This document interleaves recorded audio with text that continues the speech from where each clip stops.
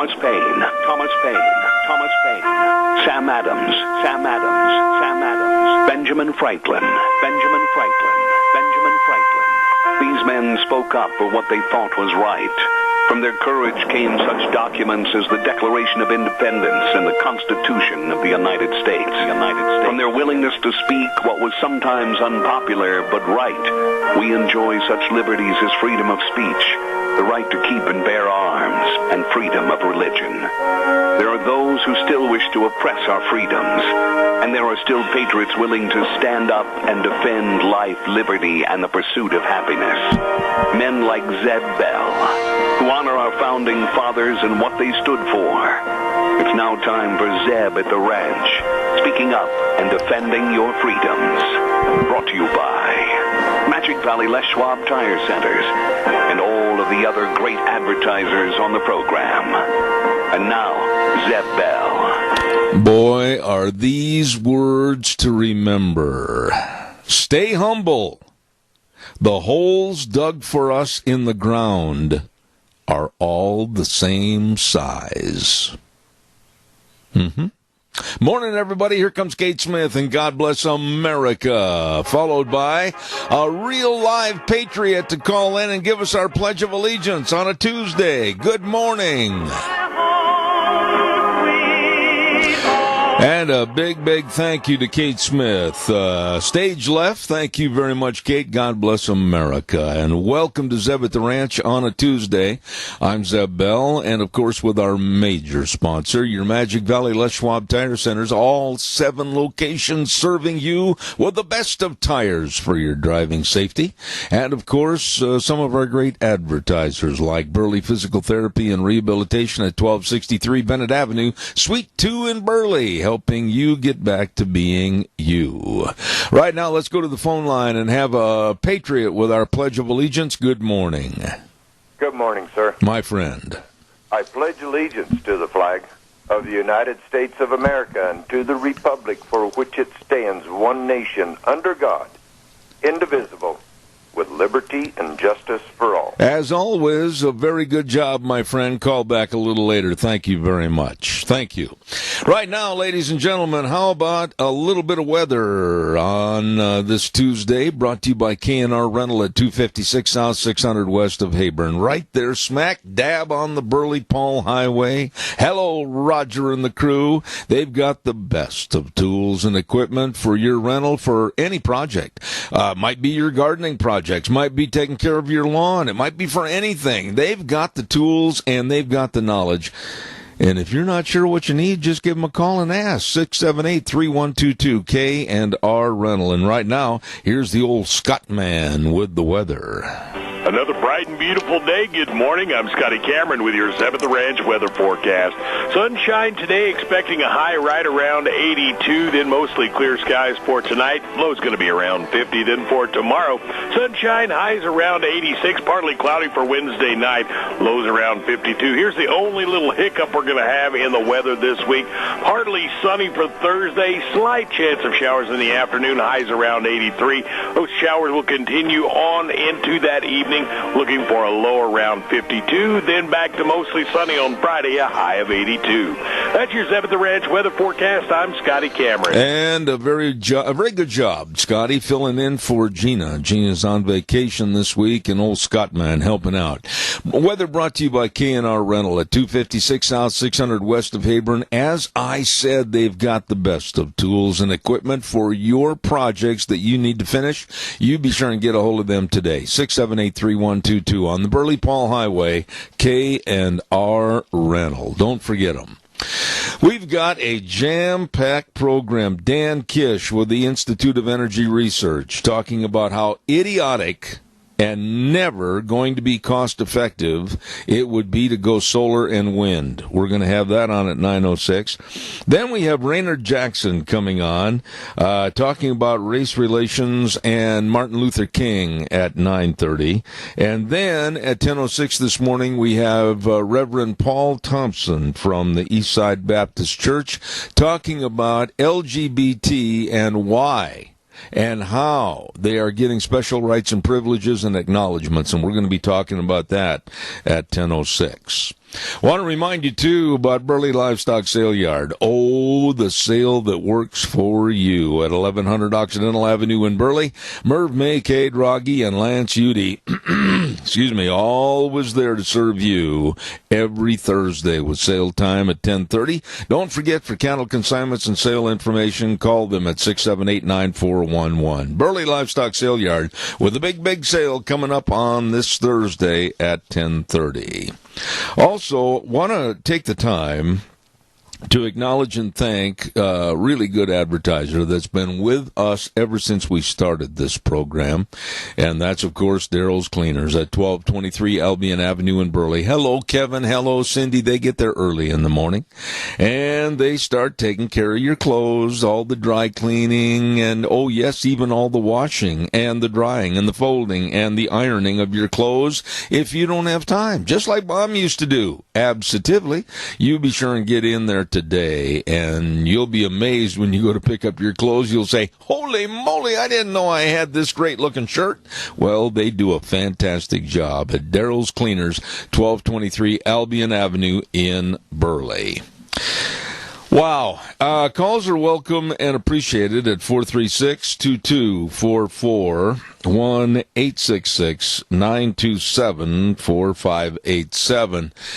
Don't you just love seeing your tax dollars at work for you? Well, you didn't yesterday, and you probably will not for quite some time to come. The complete dolts, D-O-L-T-S, of the Socialist Party. I told you yesterday I wasn't going to refer to the Democrats as the Democratic Party. It's now the Socialist Party, with Jerry Nadler and Adam Schiff and Pelosi and on and on and on. They have started their imbecilic investigations on the Trump administration to take more of your time, more of your money, and devote it to nothing more than the hatred of Donald Trump. We'll talk more about this in just a moment. Caller, good morning. You're on the air. Good morning, Zeb. You know, this fine morning here, I just thought of something that occurred many years ago. I was selling a sheep man a car, and I was telling him what a good deal he was getting, of course. And these are the words he told me, and I've always remembered them. Listen carefully. He said, you can fleece a sheep many times, but you can only skin him once. There you go. And that's exactly what we've got with this Jerry Nadler. He's already skinned a sheep, and now he's trying to fleece it further. You know, let me ask you something, Keith, and you're a sharp man. You've had your own business for years, and I respect your opinion. But really, to what gain, what benefit, and what positive note are the Socialist Party Democrats going to obtain or try to achieve? They're losing face with so many people across the United States. I have, and I'm almost ashamed to admit this, Keith, in some of my relatives back in Wisconsin, some are Democrats. They are even absolutely sickened by the waste of money and time and not getting the job done for the American public. The Democrats are reinventing the wheel again, trying to take this whole report of Mueller and redo it. They're sickened by it. Okay, how many times can a story be told without adding to it or subtracting? No, that's true. That's really true. And that's what we're going to see in here. And I'm going to talk more about that in just a minute, but I want to tell you how much I appreciate your little analogy. Thank you very much, and say good morning to the lovely sugar cookie queen. Would you please? I will do that. All right. Thank you. Thanks, Keith. Appreciate it. Don't forget Ramsey Heating and Electric at 2600 Overland Avenue in Burley. Number to call, 678-0459. They get there early in the morning, open the doors at 7:30 to 5, Monday through Friday.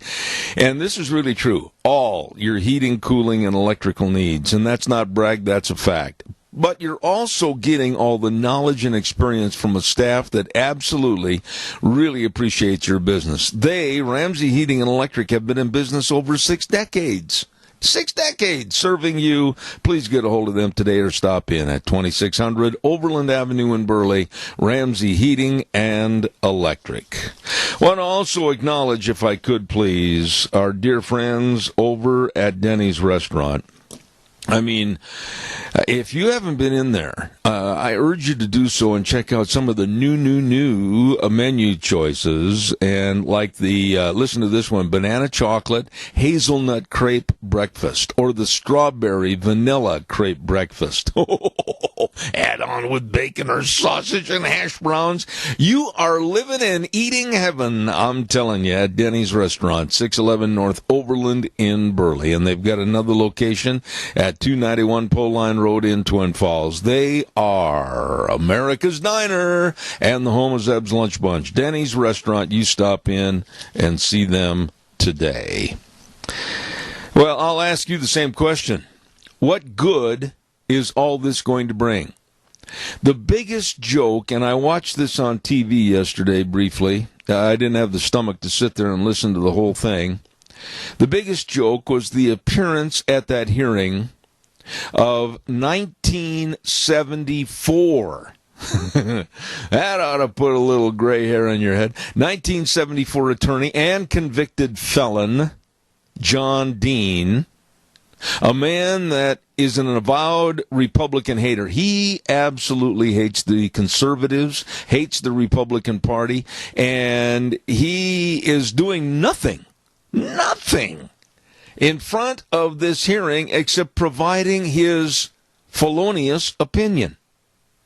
He wasn't there. He wasn't a part of anything. He wasn't kind of a cousin, if you will, to any of the scandal, the purported scandal. Nothing. He's just giving an opinion. And the Socialist Democrats are creating their antique pony show. That's right. You know, John Dean, and when I heard this yesterday, I thought, wow. You talk about prejudiced and biased and not truthful. This John Dean has posted nearly 1,000 anti-Trump tweets. He absolutely hates the Republican Party. And none of us, no American, should support these sick socialists and their foolishness. None of us. Are you speaking out? Are you talking about it at maybe meetings or after church or whatever? You should be. And my question to you this morning is, honestly, would you ever vote for a candidate on the, like I said, I'm going to start calling them what they are, socialist/Democratic Party? Would you?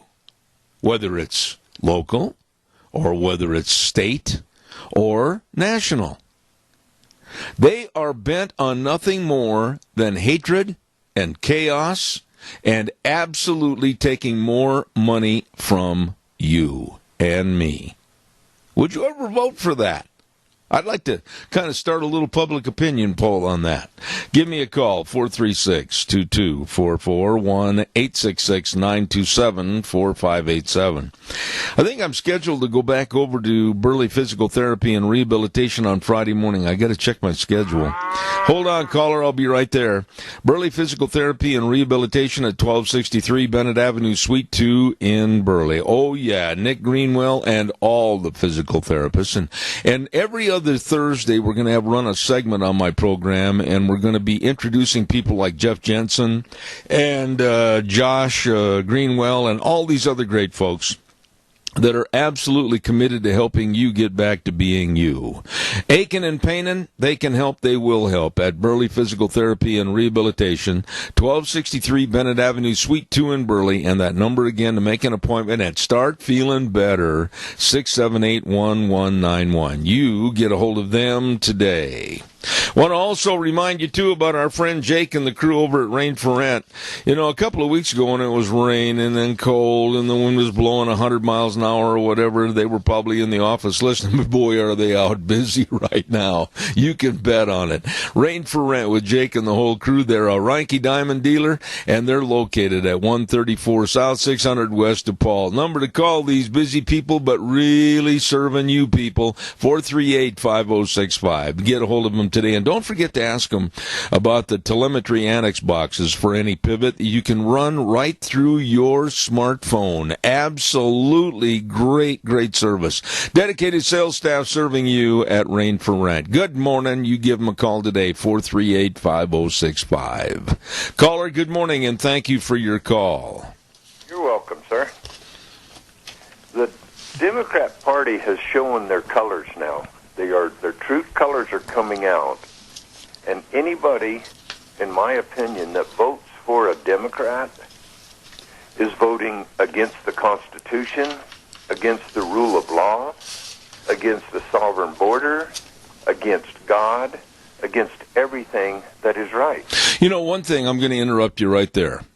I was glad you incorporated against God, because this party I find to be of nothing more than socialist value, which puts the value of men and men's thinking above the Almighty, and I find that repugnant. They proved that at their convention a couple of years ago. We all saw it. We all listened to it.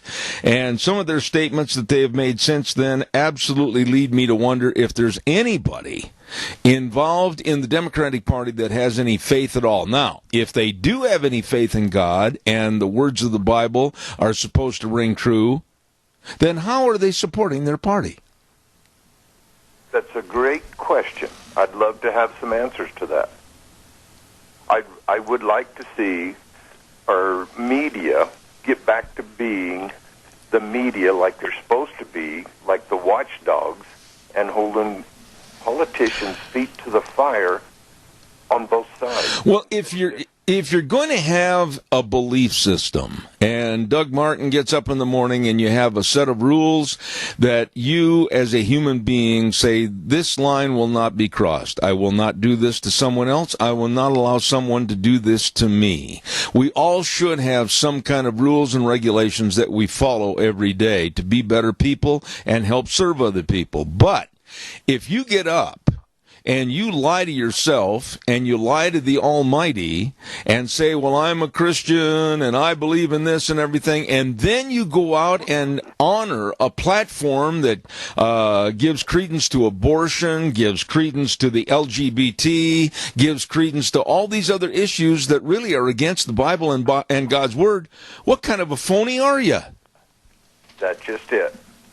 You basically are just going through the steps so people outside can see, or what you say that you are, then that's what they're supposed to believe. But I judge people by their actions and what they do. And I'll tell you, every Democrat that's on the TV and stepping up and doing what they're doing, I don't see a godly person there. Well, Doug, I had a call about a week ago, maybe a little longer, and this person called me on the cell phone and said, well, how come you think you're such a perfect person? You get on the radio and you this and you that and everything. And I said, wait a minute, stop. When I get on the radio, I'm giving you an honest opinion. That's what this show is about. Opinion and talk and the exposing of various issues and articles. I give you an honest opinion. I am by far not a perfect person, nor would I ever give the credence that I am. I have a lot of holes in my screen door like everybody else. But I'm going to be straight up honest on the stories that I present, and I'm going to give you an honest opinion. So I'm not going to back up from that. Exactly. I mean, there was only one perfect person walked this earth, and they crucified him. Everybody else is sinner. That's right. And I'm a sinner. I fight every day. But, there's a difference there, though. Well, stop. You made a good point. This is something that I'm going to be talking about with Reverend Thompson later on this morning. That you and I don't know about, I'm not going to say you because I don't know your circumstances, but I believe that every day you get up and maybe issue a prayer of thanksgiving for another day with your family, your wife, and your job and everything. I do. And then at night when I go to bed, I say, Lord, I really messed up here, and I will try better not to repeat that sin again. Now, those are key words right there. And I honestly do that. But when you have groups like the LGBT that know that their lifestyle is a sin, they're just saying to God, that's all right, just ignore us, we're going to keep on rolling, we don't have to apologize. That offends me. Yeah, I know a person that just loves to gossip, and they've said over and over again, she says, I know it's a sin, but God will forgive me. And I've got to thinking, well, wait a minute. You can only be so forgiving. I mean, if you keep repeating and repeating and repeating, then you're not trying to be a better Christian, so your words are hollow. Well, all they are is using the Bible as an excuse to keep on going and keep on promoting the sin that they're doing. Exactly. And everybody has sin. Everybody has little gremlins that try to creep up and trip us up. Yep. And like I say, I have them every day. But like you, I thank the Lord every morning for waking up, and I thank the Lord every night for all the blessings He's given me and my family, and pray that I'm a better person tomorrow. There you go. Doug, I've got another call. You know that you could hear the cow, but tell us quickly, the seniors. Everybody, let's do what we can. I know I sound like a broken record, but go there and have lunch, and I'll tell you what, you'll walk away feeling blessed. Absolutely. I appreciate that. Doug, thank you so much as always. Caller number 2, I promise I'm a-coming. I got to get these words in, and I'll treat you with the same respect in just a moment. Ark Animal Hospital, 750 21st Street, near Connection Credit Union in Hayburn. Oh, my, they take care of your animals. Whether you got little bitty puppy dogs or little bitty kitty cats or a whole herd of dairy cattle, whatever, mixed animal practice, they want your animals healthy. And if you haven't, you better get all the deworming done for this spring. And look out and be ready for the ticks and the flies. And don't forget the puppies vaccination program. All of this and more. Got questions? We all do. Call them at 678-1177. That number again, 678-1177. Ark Animal Hospital with Dr. Bill and the crew. And believe me, they have the warm hearts for the cold noses. Hey, guess what's coming up at the end of the month? And I absolutely urge you to get your tickets right now for the world-famous Idaho Regatta. Going to be June 27, 28, 29, and 30. Put it on your calendar, and I'll guarantee you better check out all the tickets. Now, the single-day adult ticket price is $20 at the gate. Now, the special rates for the veterans and seniors 62 and over, that's me, at the gate only must show a valid ID to receive a discount of only $10. Well, you'd better put it on your program to be there and enjoy one of the greatest events anywhere in the world, the Idaho Regatta, for June 27, 28, 29, and 30, right there on the river, and you're going to enjoy it. For more information, go to idahoregatta.com. Caller, thank you. Good morning. Good morning, Zeb. It's Yummy Man. Today at the Burley Senior Center, we're having chef salad. I know there'll probably be a dish of fruit and yummy dessert. And it's only $5, and you can call in, and they'll have it ready when you get there after 12 o'clock. 12 to 1, they're serving. Everybody's only $5. Okay. Now, Joe, I want an honest answer here. I don't want you beating around the bush. If you had your choice to pick a yummy dessert, the yummiest of all desserts, what is the Joe Taylor yummy? All chocolate brownies. Really? Yes. With ice cream? That's this morning. Okay. God bless you, man. Thanks, Joe. Have a good one. All right, thank you. Joe Taylor talking about the Senior Center on Overland in Burley. Really, really good people. Caller, I'm McCullen. Stay right there. Don't forget, too, Barry Equipment and Rental. Boy, for all your equipment needs. I mean, if you're a lifting and a digging and a pushing and a carrying and grading and leveling and laying sod. Whoa! Like Tim the Tool Man Taylor. Hello, Ruby. The dog just opened the door and walked in. Don't forget Barry Equipment and Rental. Sales, service, and parts. And they're located at 159 West Highway 30 in Burley, 465 Addison Avenue West in Twin, and the Nampa location. And they've got all the Doosan loaders and the excavators and all the Bobcats, and they got great financing programs. You better get in there today at Barry Equipment and Rental, Burley, Twin Falls, and Nampa. Caller, good morning. Good morning again. I just seen on Fox News that the Democratic Party is going to try to redeem themselves.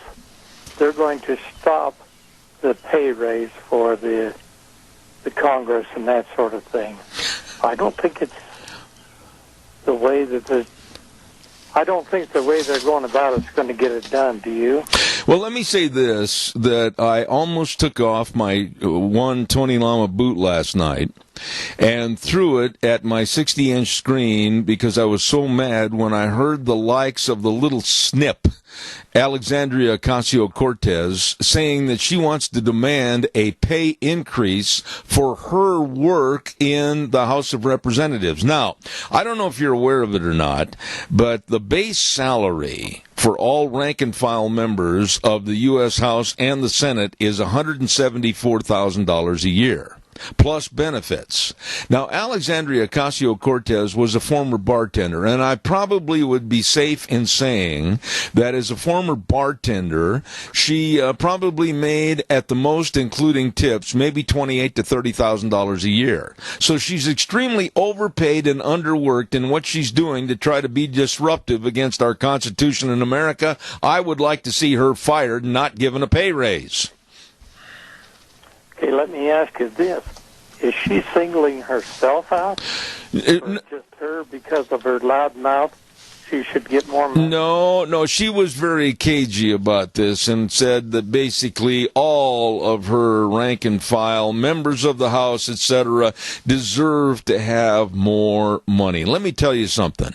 With what they have done and not done, as far as being lazy, slovenly, and cowardly, they deserve a pay decrease, a percentage taken away, not given higher. I think that's right. But they are advocating not doing the pay raise is what... I know, but how could they? How could they? How could they right now, Keith, for heaven's sakes? I mean, they've made fools out of themselves. They've made fools out of what they're doing, and they're not getting anything done on the border. They're not getting anything done on any other issue, infrastructure, etc. Well, how in the world could some nincompoop like Alexandria Ocasio-Cortez even come out in front of the cameras and suggest a pay raise? No, but now they're saying they don't want a pay raise. Yeah. That's what I don't understand. Well, the thing is, you can't understand it. They know that she, being Cortez, shot her mouth off, her great big shotgun mouth over her little BB gun brain, and caused a bunch of trouble, and people were saying, pay raise, they deserve a decrease. And so that's why they're back in water right now, my friend. Oh, okay.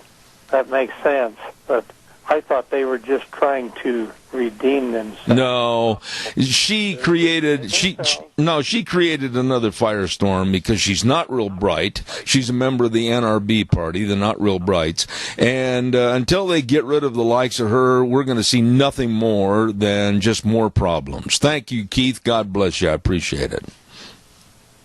All right, sir.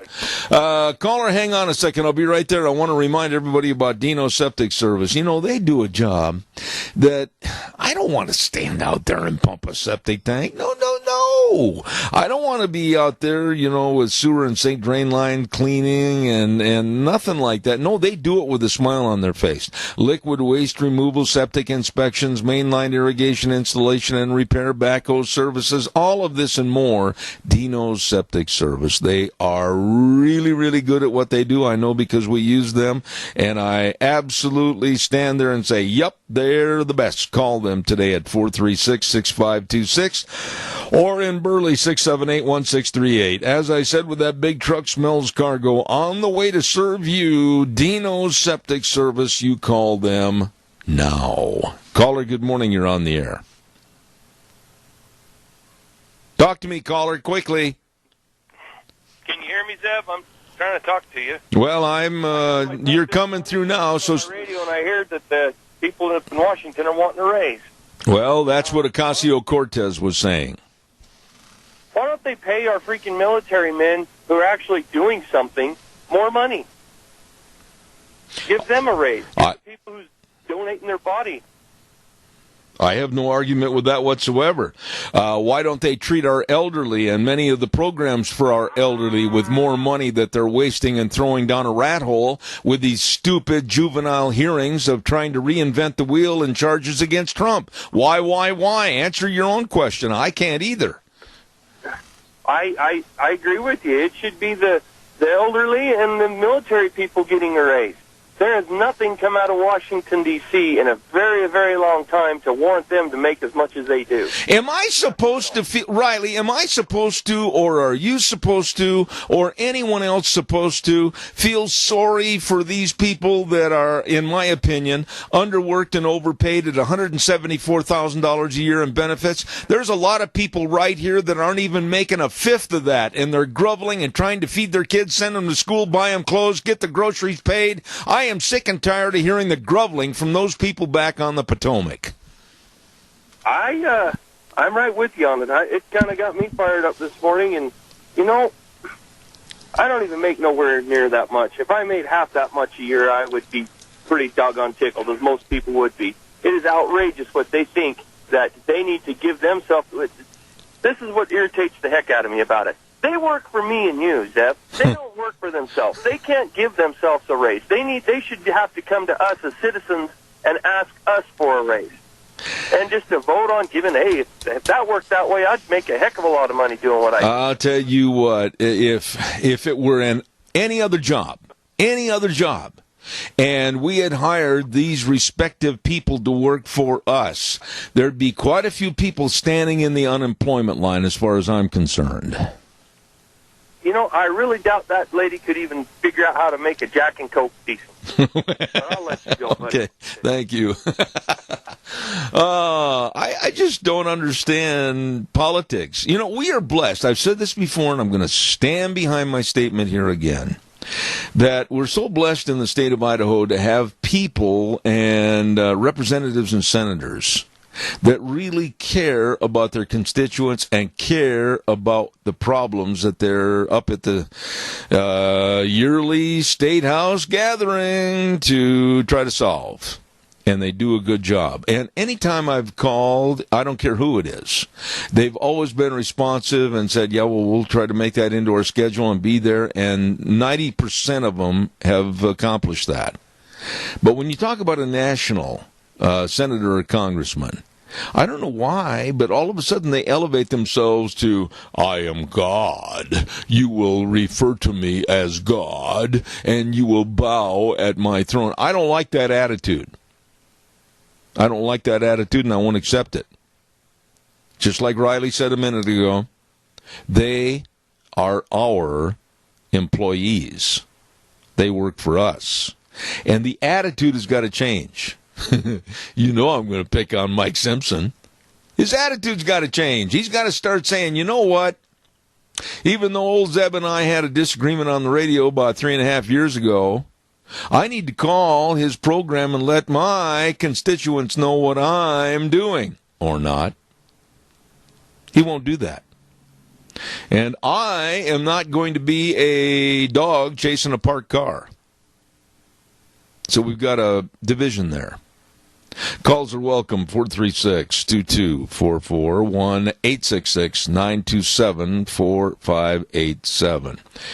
There was a statement made the other day, I think day before yesterday on Sunday, and it's really, really the truth, that Mexico, now with the agreement with Donald Trump and the tariffs looming over their head if they don't follow through, Mexico is actually doing more for our border security than our own Congress. Ay, ay, ay, my grandmother used to say. Ay, ay, ay, ay, ay. Caller, good morning, you're on the air. Yeah, Zeb, I've got this all figured out. I think the Congress should get paid when they pay back every cent they've taken out of Social Security, when they give back all the money that we've given to illegal aliens in any program in this country, whatever it is, when they have paid back the people for any law that they pass that damages the people in this country. I think it'd be a long time before they ever seen a penny. No, I agree with you. I mean, I am absolutely... We can't talk over each other, Jerry. When you're done when you put a period on the end of your sentence, give me a break. Don't start up again. I agree with you emphatically that the elderly, our veterans, everybody else in this country is getting the short end of a very dirty stick, and I agree with you. And our military needs to be taken care of properly, and that isn't once in a while. That's all the time. In your opinion, and give me a short answer on this, if I all of a sudden could anoint you as the secretary of fixing all this problem, what would you do? What would you do, and how would you do it? Well, I don't think it would work. I'm not a very good fixer. I'm just have a real strong opinion.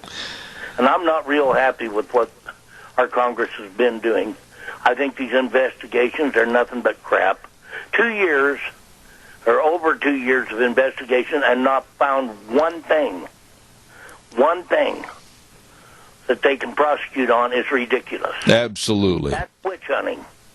That's not the law. The law don't work that way. It's creating a crime. You're doing it again. Hold on. It's creating a crime to fit their own purpose. It's not going after the criminal. It's creating a crime, and I find that appalling. And you know, I don't like Nancy Pelosi. I don't like most of the Democratic Party. I think they're a bunch of garbage. I think they're un-American, horrible, rotten, dishonest, corrupt people. I don't like what they're doing to our country. I don't like these phony programs like the windmills and the solar plants. There's a lot of things I don't like. And it just upsets me. And I could talk for an hour, and I'll shut up and get off, but... Well, don't apologize, because I want you to be sure and be listening at 9:06 this morning to Dan Kish about solar and wind power. You think you're mad now, you're going to be really throwing something at the wall at 9:06. So God bless you, my dear friend. Thank you for your call. Thank you. Yes. And may the Lord bless you and your whole audience. I appreciate it, Jerry. Thank you. Dear friend right there. Appreciate him calling in. I think what I'll do is the weather forecast real quick before I start into another story. I want to talk about a game that I don't care for. Now, just because I don't care for it, I'm not denigrating it at all, because a lot of people, many, many people around the globe think it's the greatest game in the world. But I personally don't like it. But there are connotations to this game that I want to talk about in just a few minutes.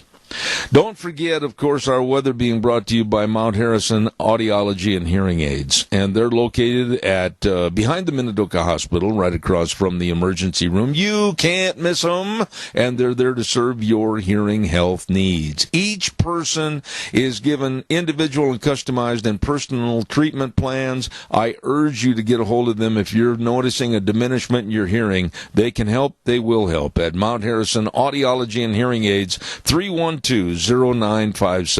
Right now, here's old Scott Man with the weather. Another bright and beautiful day. Good morning. I'm Scotty Cameron with your Zeb at the Ranch weather forecast. Sunshine today, expecting a high right around 82, then mostly clear skies for tonight. Low's going to be around 50, then for tomorrow. Sunshine, highs around 86, partly cloudy for Wednesday night. Lows around 52. Here's the only little hiccup we're going to have in the weather this week. Partly sunny for Thursday. Slight chance of showers in the afternoon. Highs around 83. Those showers will continue on into that evening. Looking for a low around 52, then back to mostly sunny on Friday, a high of 82. That's your Zeb at the Ranch weather forecast. I'm Scotty Cameron.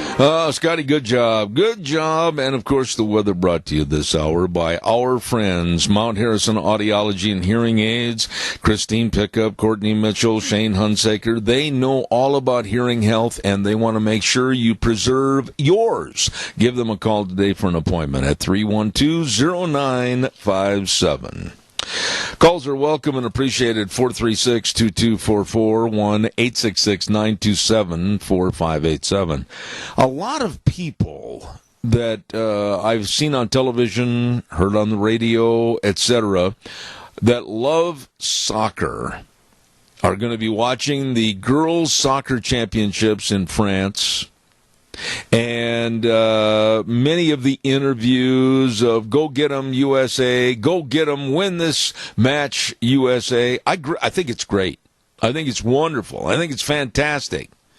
And it really brought to mind this morning when I was listening to a kind of conglomerate of different people that were interviewed, fathers and relatives and friends and fans, and to a person, they were all going for the red, white, and blue, the USA, USA, USA. And then I got to thinking, why is it any different when I get on the radio and I'm going, USA is the greatest country in the world? I will never allow any other country to be in the same sentence with the greatness and what this country has offered to all those before, now, and in the future. And then I'm condemned as being a nationalist. Think about it. They stand there and they go, USA, USA, go beat them, girls, go get that title, bring it back to the USA, USA. But if I get on the radio, and this happened, and I get on the radio and I say, this is the greatest country in the world. I will never give credence to any other country for being even close. I absolutely love the opportunity that's in this country. And then I am sent emails that say, you're just a nationalist. Would somebody out there in Radio Land please tell me where you can draw the difference, where you can draw the line? From some sports fan chanting, whether it's for the soccer team or whether it's for the men's basketball team at the Olympics or whether it's all of our teams at the Olympics, and they're going, USA, USA. What difference is it if I get on the radio or anybody else in talk show radio and brag about this great country, and then we're condemned by the left, these loons, that I'm you're bad because you're a nationalist. Somebody's got to help me on this, so please call me right away because I'm totally confused where you can draw a line of distinction. This country's given me everything. Literally. I had the greatest education, and with all my health problems, I've had the greatest doctors in medicine. I've had the greatest opportunities for the fields of endeavor that I wanted to go and pursue. And this is the greatest country in the world. So I get on the radio and I say, this is the greatest country, and I really brag about it. And then I start getting letters of condemnation like others have. Oh, you're just a nationalist. But at the same time, sports can have teams that compete on a world level, and they go USA, win USA. That's okay. I am confused. 436-2244, 1-866-927-4587. Come on, dial the number and give me a call, please. I'd love to hear what you have to say. Good morning, you're on the air. Morning, Roy. Yeah, you got that right. Oh. Dad, it's as simple as that. It's what? I say, divided we fall. It's all as simple as that. Well, let me ask you something, Earl, real quick, because I got another call waiting. But are you going to stand up and go, "Yay, Germany," or "Yay, Romania," or "Yay, Czechoslovakia," or "Yay, Japan," or are you going to stand up and be proud of your country? Every morning I get up, I am standing in my own country, and I do my best for it. There you go. Deb. Absolutely. I am never going to cheer for another country. I am never going to say that another country is as good or even close to my country. I'm going to become and stay a nationalist forever, and the heck with anybody else's opinion. Well, the other thing I should add is I hope for the best for other countries, providing they do it on their own. Well, I've never said anything denigrating any other country, but I'm certainly not going to put any country ahead of mine. Right. I'm not either. And I hope they can pull up their boots and get on with taking care of their own. Amen. Well, you just take care and hold down the mountaintop up there, Earl. God bless you for your call. I got to go chip away at some hay here maybe today. Okay, buddy. Thanks. Appreciate it. Thank you. Caller number 2, you're on the air. Go ahead, please. Yeah, Zeb, it's very disturbing to me that back in the days when you were younger, there was a sense of family with the United States amongst the citizens. It didn't matter who you were. It didn't matter where you came from. You were family. You were a brother. You were an American. You are a citizen. Everybody would go out of their way.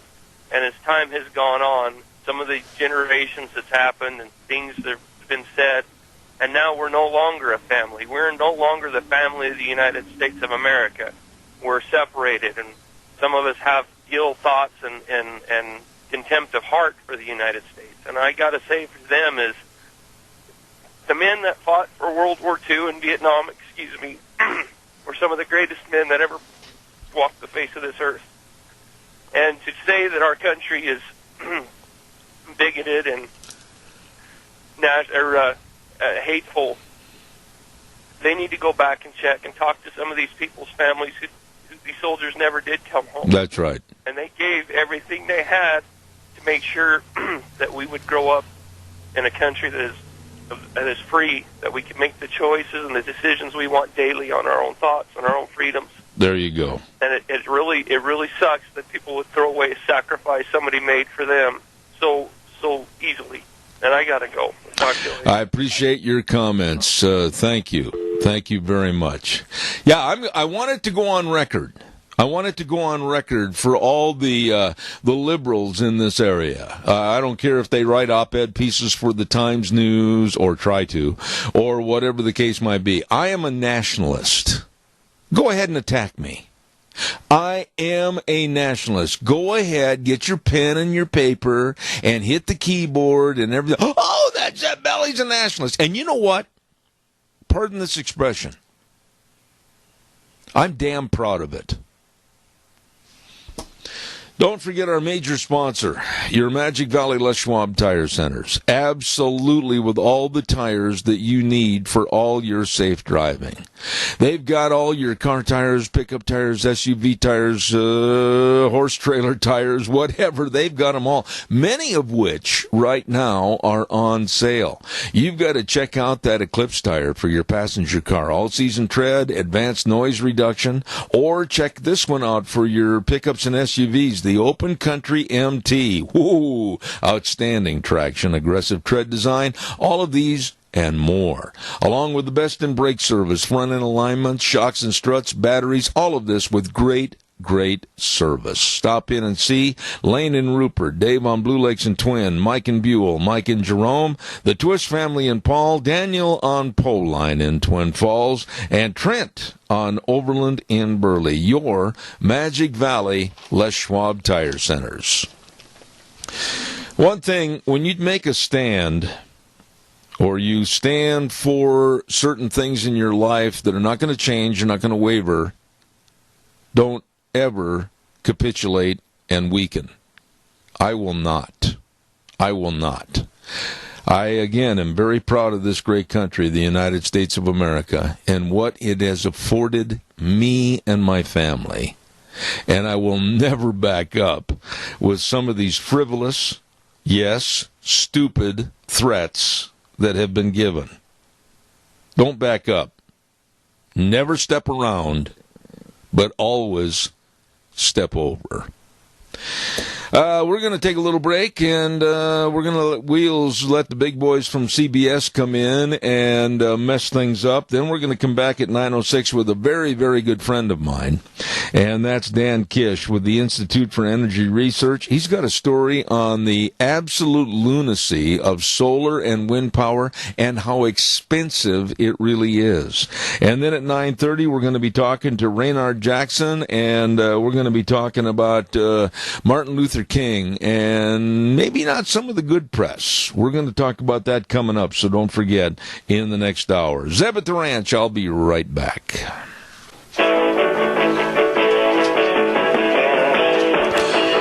And a good morning. Hour number 2 on this Tuesday, June 11th already. Zeb at the Ranch. I'm Zeb Bell with our major sponsor, your Magic Valley, Les Schwab Tire Centers.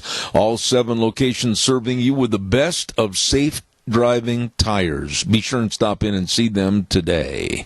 Along with some of our great advertisers like Burley Physical Therapy and Rehabilitation at 1263 Bennett Avenue, Suite 2 in Burley, helping you get back to being you. Right now, my old buddy Wheels is going to play this good word for Western Waste. From the canyons of the Snake River and all across southern Idaho, we're always at your disposal. Western Waste Services, we care about our community, our resources, and this great land. Western Waste Services is lending a hand, always at your disposal. Western Waste Services. Absolutely, and if you have questions about getting rid of your garbage, or maybe you want to clean out the basement, the garage, or maybe you want to come help me clean out my office, talk about the dumpsters and the various sizes. Open the window, pitch and throw. They've got all the ideas, and all the porta potties, too, for your family picnics and your reunions and your company picnics. Oh, my, give them a call today at 734-6969. Western Waste Services, it's true. They are always at your disposal.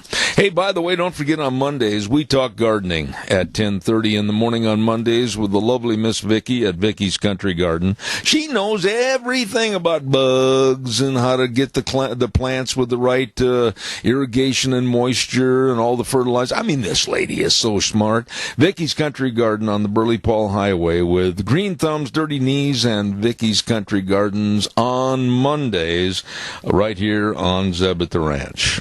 Want to also remind you, too, about our dear friend Joel Heward, his family and staff at Hanson Mortuary, 710 6th Street in Rupert.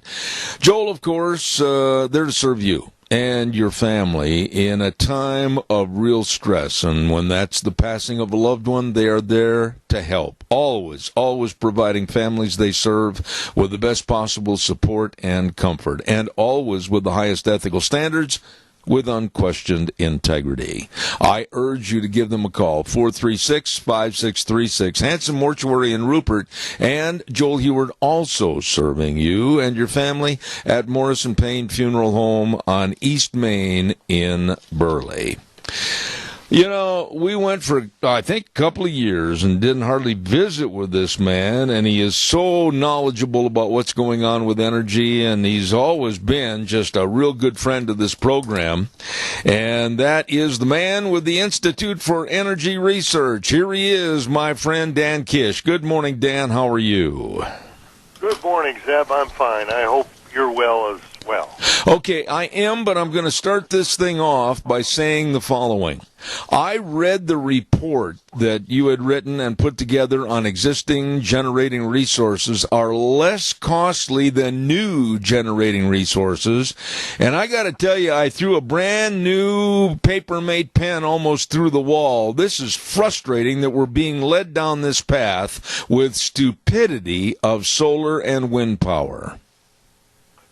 Well, I tell you, Zeb, I mean, it makes sense. Basically, this study that we commissioned from a couple of folks, a professor and a electrical engineer that deals in these things, looked at, because what you hear all the time on the media is, oh, this stuff is cheaper than this wind and solar is cheaper than coal or hydro or nuclear or natural gas and best things since sliced bread and all the rest. And we said, wait a minute, something's wrong here. We're closing plants. We're closing nuclear plants. The environmentalists want us to tear down existing dams that are already paid for, and they've been on a campaign. I mean, Michael Bloomberg, the former mayor of New York, just committed to spend $500 million to shut the remaining coal plants in the United States down. And it's one thing if they're not working properly. It's quite another if they're working fine, they're already paid for. It's sort of like having a car. I mean, I don't know about you, but I kind of like not having a car payment. Yeah. I could go out and buy a brand new car. It'd cost me more for insurance. It'd cost me for the payments. It'd be taking money away from other things like fixing the roof or other things that I could do. But you know, the difference is when a utility does that, they get paid. They actually make a profit. And so they're more than willing to do this, and that's what's going on. And it just so happens that when you actually crunch the numbers and look at the fact that these things only show up for work when they want to, this stuff's much more expensive than the existing stuff we have. And it brings to, you know, the biggest question you end up having is, why are we doing this? Just to make ourselves feel good, or is this to help the Chinese with the sale of their solar panels into our system? It's got me slapping my forehead. Well, okay, slap mine too, because here's where I'm coming from.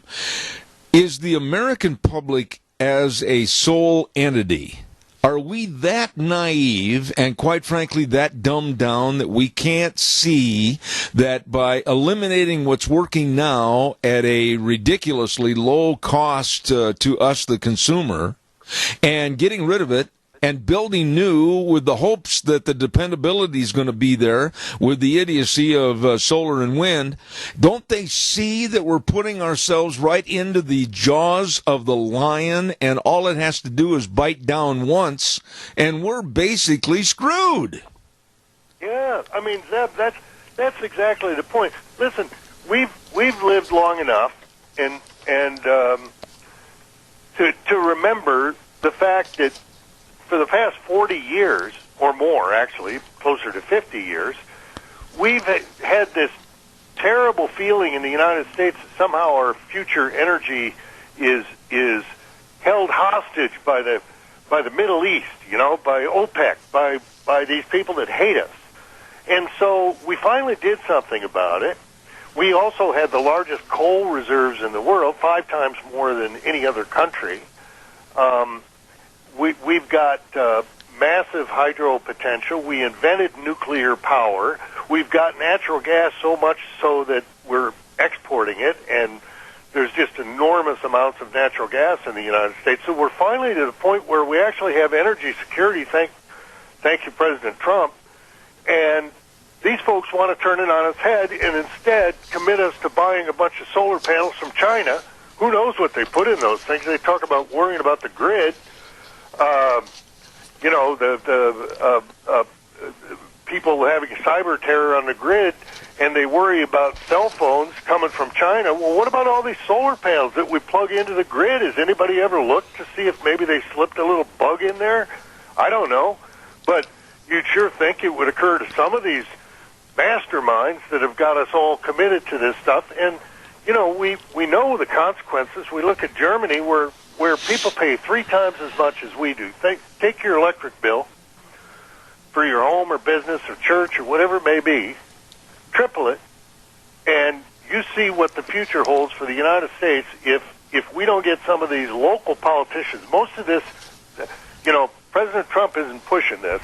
This is being pushed by Alexandria or Cortez, whatever her name is, AOC, and it's being pushed by local folks and states around the country, and we won't know until our bills start going up that this is happening, Zeb.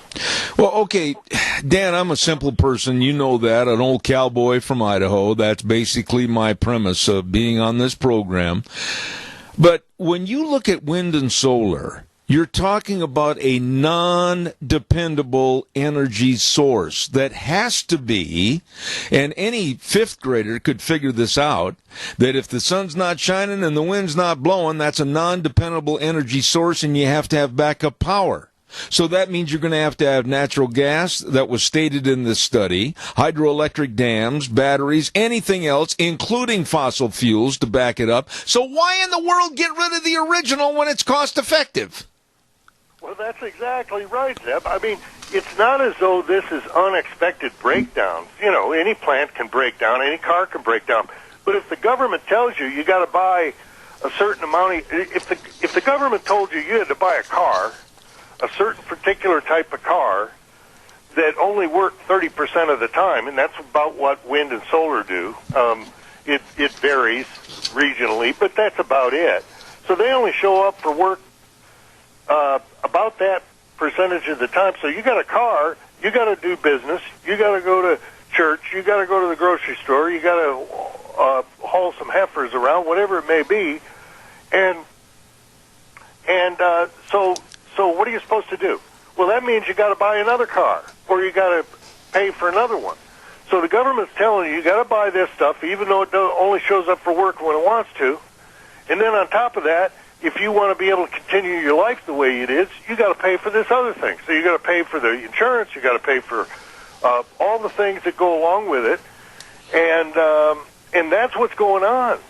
And they pretend as though this stuff is free. Well, it's not free at all. This stuff costs more than the stuff it's replacing. So it's just dumber than cattle dung, to be honest with you.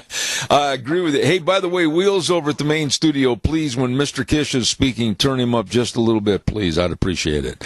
Dan, it's not only the unreliability of this power, the wind and the solar, but there's something else that gripes me, and I want you to address it this morning.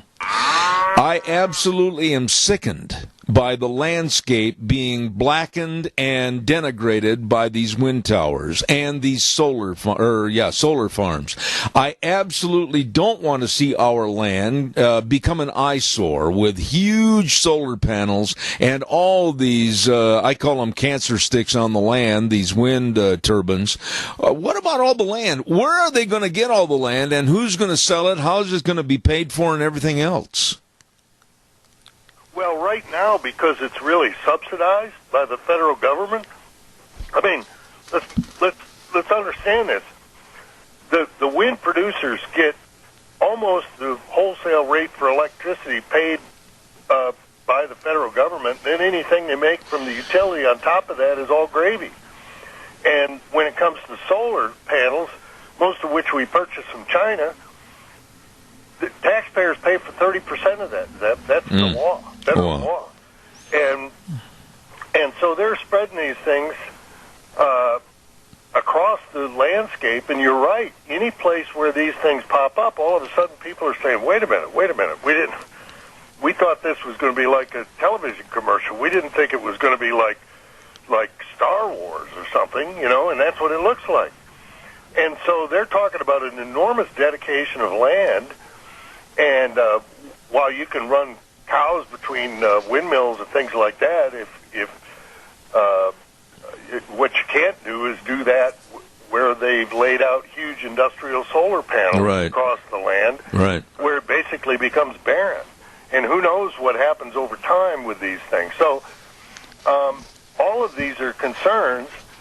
But ultimately, at the end of the day, if you're trying to do business here in this country or with other parts of the world, your ability to have low-priced energy is one of your benefits, and that's a benefit, that's a birthright of being an American. And instead of hooking up to our own energy supplies and our own ingenuity, they're hooking up to Chinese power. They're over there burning 5 times as much coal as we do, making solar panels, selling them to us while they use coal to make their own electricity. Oh, my. We have a caller waiting patiently with a question, Dan. Caller, please, you're on the air. Go. It's more of a statement, Dan. One thing these green new people do that push these deals down our throats, they forget to tell us what the carbon footprint and what it costs to do this if it's cost effective. But it's harder on the environment than it is just doing our natural gas and what we've got in our hydro. So I'll hang up. Respond to the caller, please, Dan.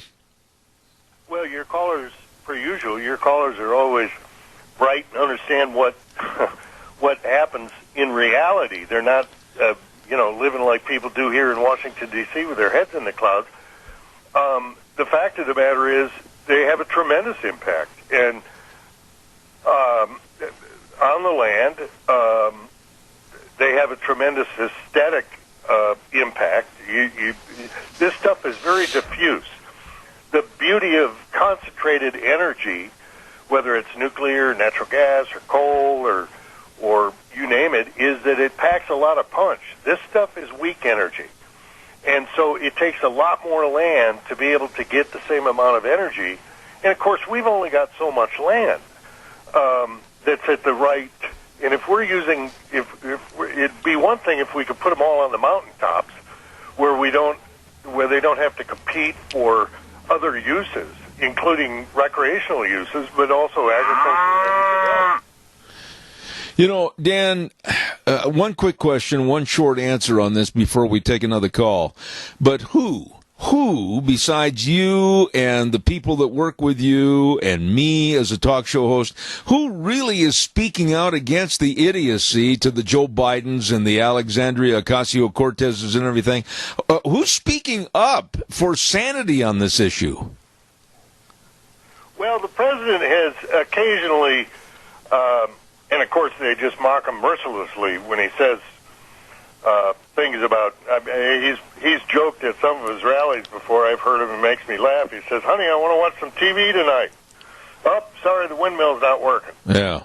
But what that does is demonstrate to people that, this stuff, you can't rely on it. You have to have something else. And so this gets through, and I think people sort of understand it. But when their utility and their government tells them that this stuff is cheaper, even when it's more expensive, they're lying to them. What are people to expect? I mean, I guess we all have to be from Missouri, Yeah, really. Caller, good morning. You're on the air with Dan Kish and Zeb Bell. Go ahead, please. Yeah, I just wanted to know what the guest thought about hydrogen fuel cells. There's a gentleman in New Jersey by the name of Mike Strisky who has a project he calls a Hydrogen House Project that's running on it. And during Hurricane Sandy, he was one of the only people around who had constant power. I know it's a little expensive right now, but I'm hoping that in the future that will come down, and maybe that's the future where we head to a dependable power source. Excellent question. Dan, if you'd respond to the caller, I'd appreciate it. Go ahead. Yes. The hydrogen fuel cells hold a lot of promise, but like all energy alternatives, it takes a lot of energy to make hydrogen. Hydrogen is not so much a fuel, even though it acts like a fuel. It's not so much as a fuel as a think of it as a battery. It's basically made from other energy production. And so, and basically, you can also use fuel cells with natural gas. You know, Dan, I wished I had a full hour with you this morning. I've got another call, and then I've got another question to have you answer before our time is up.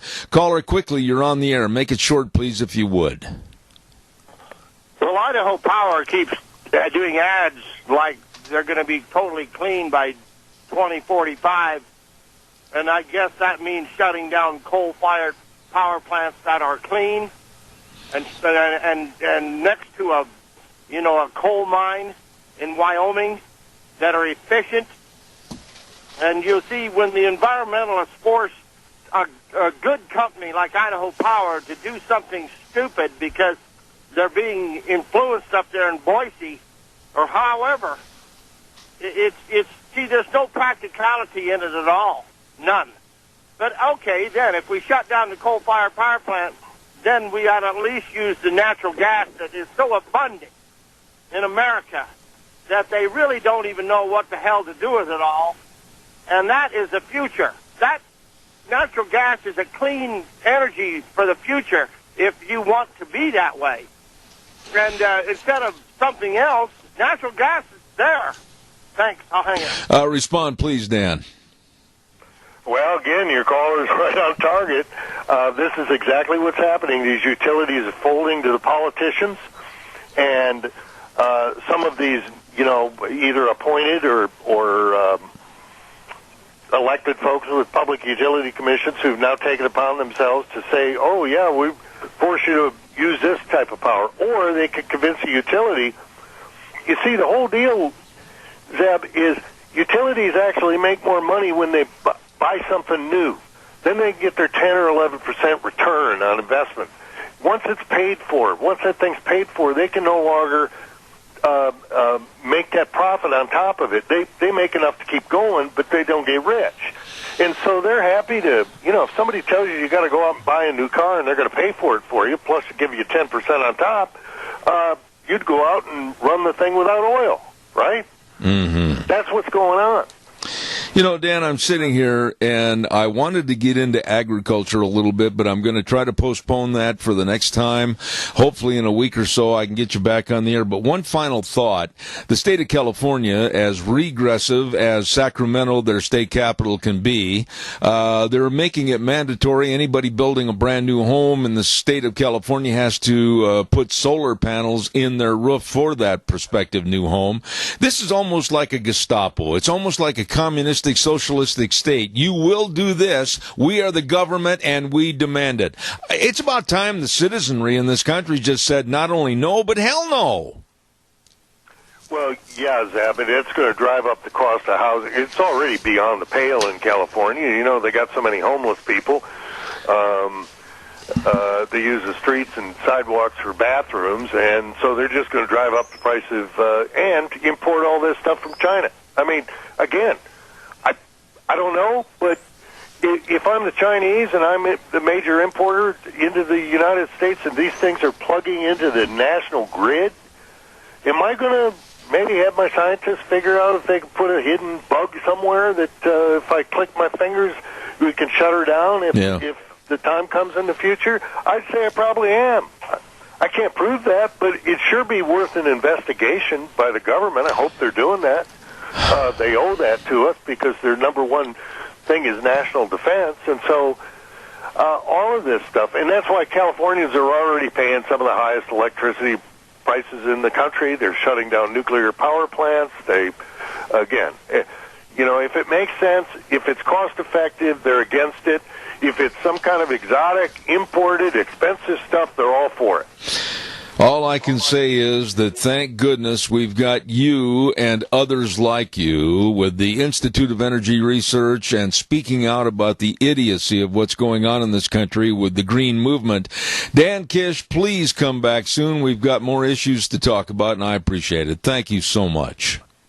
Thank you, Zeb. God bless you and your audience. All right, sir. Thank you, and I'm going to be in touch. I have the utmost respect for this man and what he does. He, at one point, was on my program almost twice a month, and we're going to try to reestablish that relationship and have him back. I wanted to get into agriculture and the idiocy of what the left and the Democrats are just overlooking. as far as energy sources for ag, and we're going to have him back and talk about that in another week. Holy cow, I've got a lot of bills to pay, and right now I also want to remind you that tomorrow is the big day. We're going to go fishing. That's right, we're going to go fishing tomorrow at 10:06, and compliments of our great friends at Sportsman's Warehouse in Twin Falls. Absolutely, at 1940 Bridgeview Boulevard with Reese and the rest of the crew. We're going to be starting up the old fishing holes segment on our program with Josh Anderson. He's virtually going to be standing on a creek bed or by the side of a lake or in a boat on the lake, whatever the case might be, fishing while we're talking to him on the old fishing hole. Tune in tomorrow, brought to you by Sportsman's Warehouse in Twin Falls, the old fishing hole, Wednesdays at 10:06. Want to remind you, too, about our friends over at Lee's Furniture, Floors, and More. Oh, Father's Day, if you didn't look at the calendar, is coming up this Sunday. I got a little secret for you. Dad would love to have a new recliner. Yes, they've got all the recliners right there at Lee's Furniture, Floors, and More. And when I say all, I mean they've got the lift recliners and the massage recliners. They've got the rocker recliners. They've got the heated recliners. Holy moly. You better take Dad in and let him try one on. Absolutely, to see if it fits him just right. At Lee's Furniture, Floors, and More at 459 Overland in Burley. Don't forget, for all your carpet and your floor coverings, all your furniture needs, the best at Lee's Furniture, Floors, and More. Real quick note that along with those good folks, I want to acknowledge the fact that you need to get outside when you're done resting, and that means getting on a four-wheeler or a side-by-side, or maybe getting on a watercraft and going out on the lakes and rivers. Oh, the place to go to find out more. Let's Ride. Right there at 270 Highway 24 between Rupert and the World, serving everybody. Open Monday through Friday 9 to 6, Saturdays 9 to 4. I mean, great people that really know their business, great people that really have all the accessories, and great people that have a super service department to keep you running. Enjoy the great Idaho outdoors. Stop over to Let's Ride, 270 Highway 24 between Rupert and the World, where the fun is sold. Absolutely. I had this next gentleman on my program, I think about 2 or 3 weeks ago, and he's so impressive, I wanted to get him back on the air. And he is the founder and chairman of Black Americans for a Better Future, and I absolutely salute him for his attitude and his personality. Raynard Jackson, how in the world are you? Good to be back. I was flattered that you would have a peon like me on not once but twice. Well, you better count on 3 and 4 times more in the future, too, because you're extremely well-versed in what we're talking about. I want to talk to you a little bit, Raynard. You're so open and honest. I think that's what I appreciate more about you than many of my guests. But tell us a little bit about what you are the founder and chairman of. Black Americans for a Better Future. Basically, what's the main theme that you're trying to project to the public? To get more blacks and conservatives involved in the Republican Party and the conservative movement, but we focus strictly on the black entrepreneur, because despite what white consultants will tell you, the gateway into the black community is not the preachers and the churches, it's a businessman. Because if you look at the composition of the church in the black community, the black entrepreneur is typically the head of the deacon board as well as the head of the board of trustees at our churches. So if you get the black entrepreneur on your side, he'll bring you the pastor who will bring you the congregation. Absolutely. You know, I almost don't want to have these kind of conversations on my program, Raynard, and I'll tell you why. Because I don't like a division that's caused by addressing different skin color. I don't like it. And the reason I don't like it is because if we're Americans, we're all underneath the same umbrella of God bless the USA and the red, white, and blue of that flag. I couldn't care less about a person's skin color. But it seems to me, and we talked about this the last time you were on, that the division and the racism in this country is looming larger than it has been for the last 40 years. Am I wrong or right? Well, Well, no, you're absolutely right, and part of that reason is because everyone, through the power of the internet, social media, our cell phone, everyone is a one-man wrecking crew. So, for example, sometimes things happen in society that we would be better off just ignoring them as opposed to highlighting them, giving the perpetrators a bigger platform. For example, give you a classic example. 2 years ago, I thought if the media had just ignored the racists who wanted to congregate in Charlottesville, let them do their march, guess what, Zeb? They would have had maybe 50 to 100 people. But by the media obsession over them leading up to Charlottesville, they end up getting thousands and thousands of marches, all because the media shined the spotlight on them. Absolutely. Boy, sometime you and I've got to get together and maybe have a cold adult beverage and talk about this, because I totally agree with your analysis. You know, the freedom of speech and what we have in our First Amendment is so valuable to this country, but we don't have to enhance idiocy that's connected sometimes with the First Amendment. Would you agree with that? Without question. I mean, again, if you look at the people who are trying to drive racial divisions in this country, Zeb, if you take away the one thing they crave and the one thing they can't live without, which is attention and exposure, guess what? They whittle on the vine. Let's stop highlighting every little stupid insult, or every time somebody says something racist, or every time Al Sharpton says something stupid. Sometimes let them say it and get away with it. You know, you mentioned Al Sharpton, and then, of course, perhaps Jesse Jackson and others. Why do they want to cause such division and so much of a widening gap between the races? Personally, like I said a moment ago, I don't want to have these discussions because I'd like to think every one of us goes to church on Sunday morning, sits down as a family around the kitchen table, and we try to treat our fellow man with as much respect as possible. But it doesn't seem they want this. Yeah, but yeah, understand. Let's take a step back and look at the origins of these things. That $4 trillion we have spent over the past 50 years, on the war on poverty, what in essence we set up is a whole cottage industry where you have liberals, white and black, whose livelihood is dependent upon negative pathologies in the black community. So if we were to solve these problems that liberals created, guess what? A lot of these middle-class black hucksters would no longer have a job. So their whole livelihood is predicated on the status quo. But if I say something like what you just said, or in the reverse, you say something, we're going to be called racist and bigots. So how do we overcome this problem? Okay, Zeb, sometimes the loudest voice is the silent one. If you know, Zeb, you're not a racist, sometimes a lot of the people's attack on you are not worth responding to.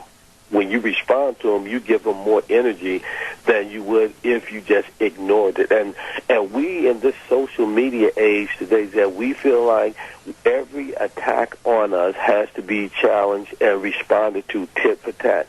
If you read some of the emails I get, or you see some of the social media stuff, I post my columns on there, and I don't get into conversations with people on social media.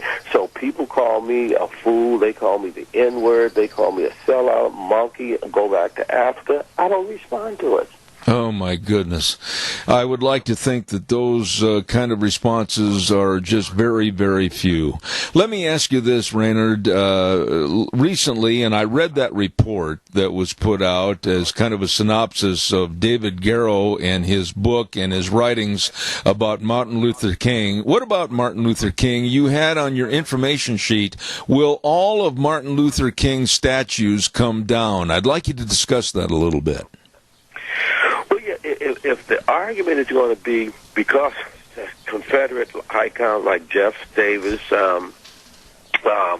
Beauregard, and people like that, they didn't live up to the true meaning of Americans' ideals back in the day, and so therefore their names and likenesses and faces and statues should be removed from our streets, our libraries, our state capitals.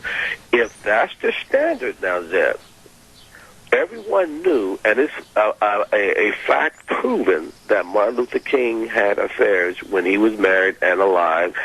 No one disputes that. And I've talked with personal friends of King's. I know the King family, etc. So no one disputes that. So if that's the standard, when someone makes that argument about Martin Luther King statues and names and streets that are named after him, they can legitimately make an argument that he too should have his name, image, likeness removed from the public square. If we're going to have a consistent standard, but as you know, Zeb, the whole basis of liberalism is hypocrisy. Yeah, absolutely. You know, we're seeing a society right now with the millennial generation and the professors at various colleges and universities that want to strike down, whether it's Thomas Jefferson or whether it's some leader of the South, Robert E. Lee, the list goes on and on. We've got to purge them. We've got to break them down. We've got to dismantle them. We've got to basically cleanse history. And there is no such thing as a perfect person. The only one that was perfect was nailed to a cross and died for our sins. And I am sick and tired of this purging that's going on by the liberals in this country. Well, yeah, but Zeb, and the reason you see this dichotomy going on, conservatives have zero credibility and standing on anything racial when it comes to the black community. You know why? Because too often conservatives have sat on their hands and sat on the sideline and watched racial injustice. And I don't mean just in the civil rights movement, even though we know that the civil rights movement and on the congressional level especially were headed up by white Republicans for the most part. But my point is, when you see a negative encounter with blacks and the police today, a conservative default position is to side with the police without having any facts to back it up. And the liberal side of the equation is their default is always to side with the victim. And I'm saying on both sides, we need to let the facts play out.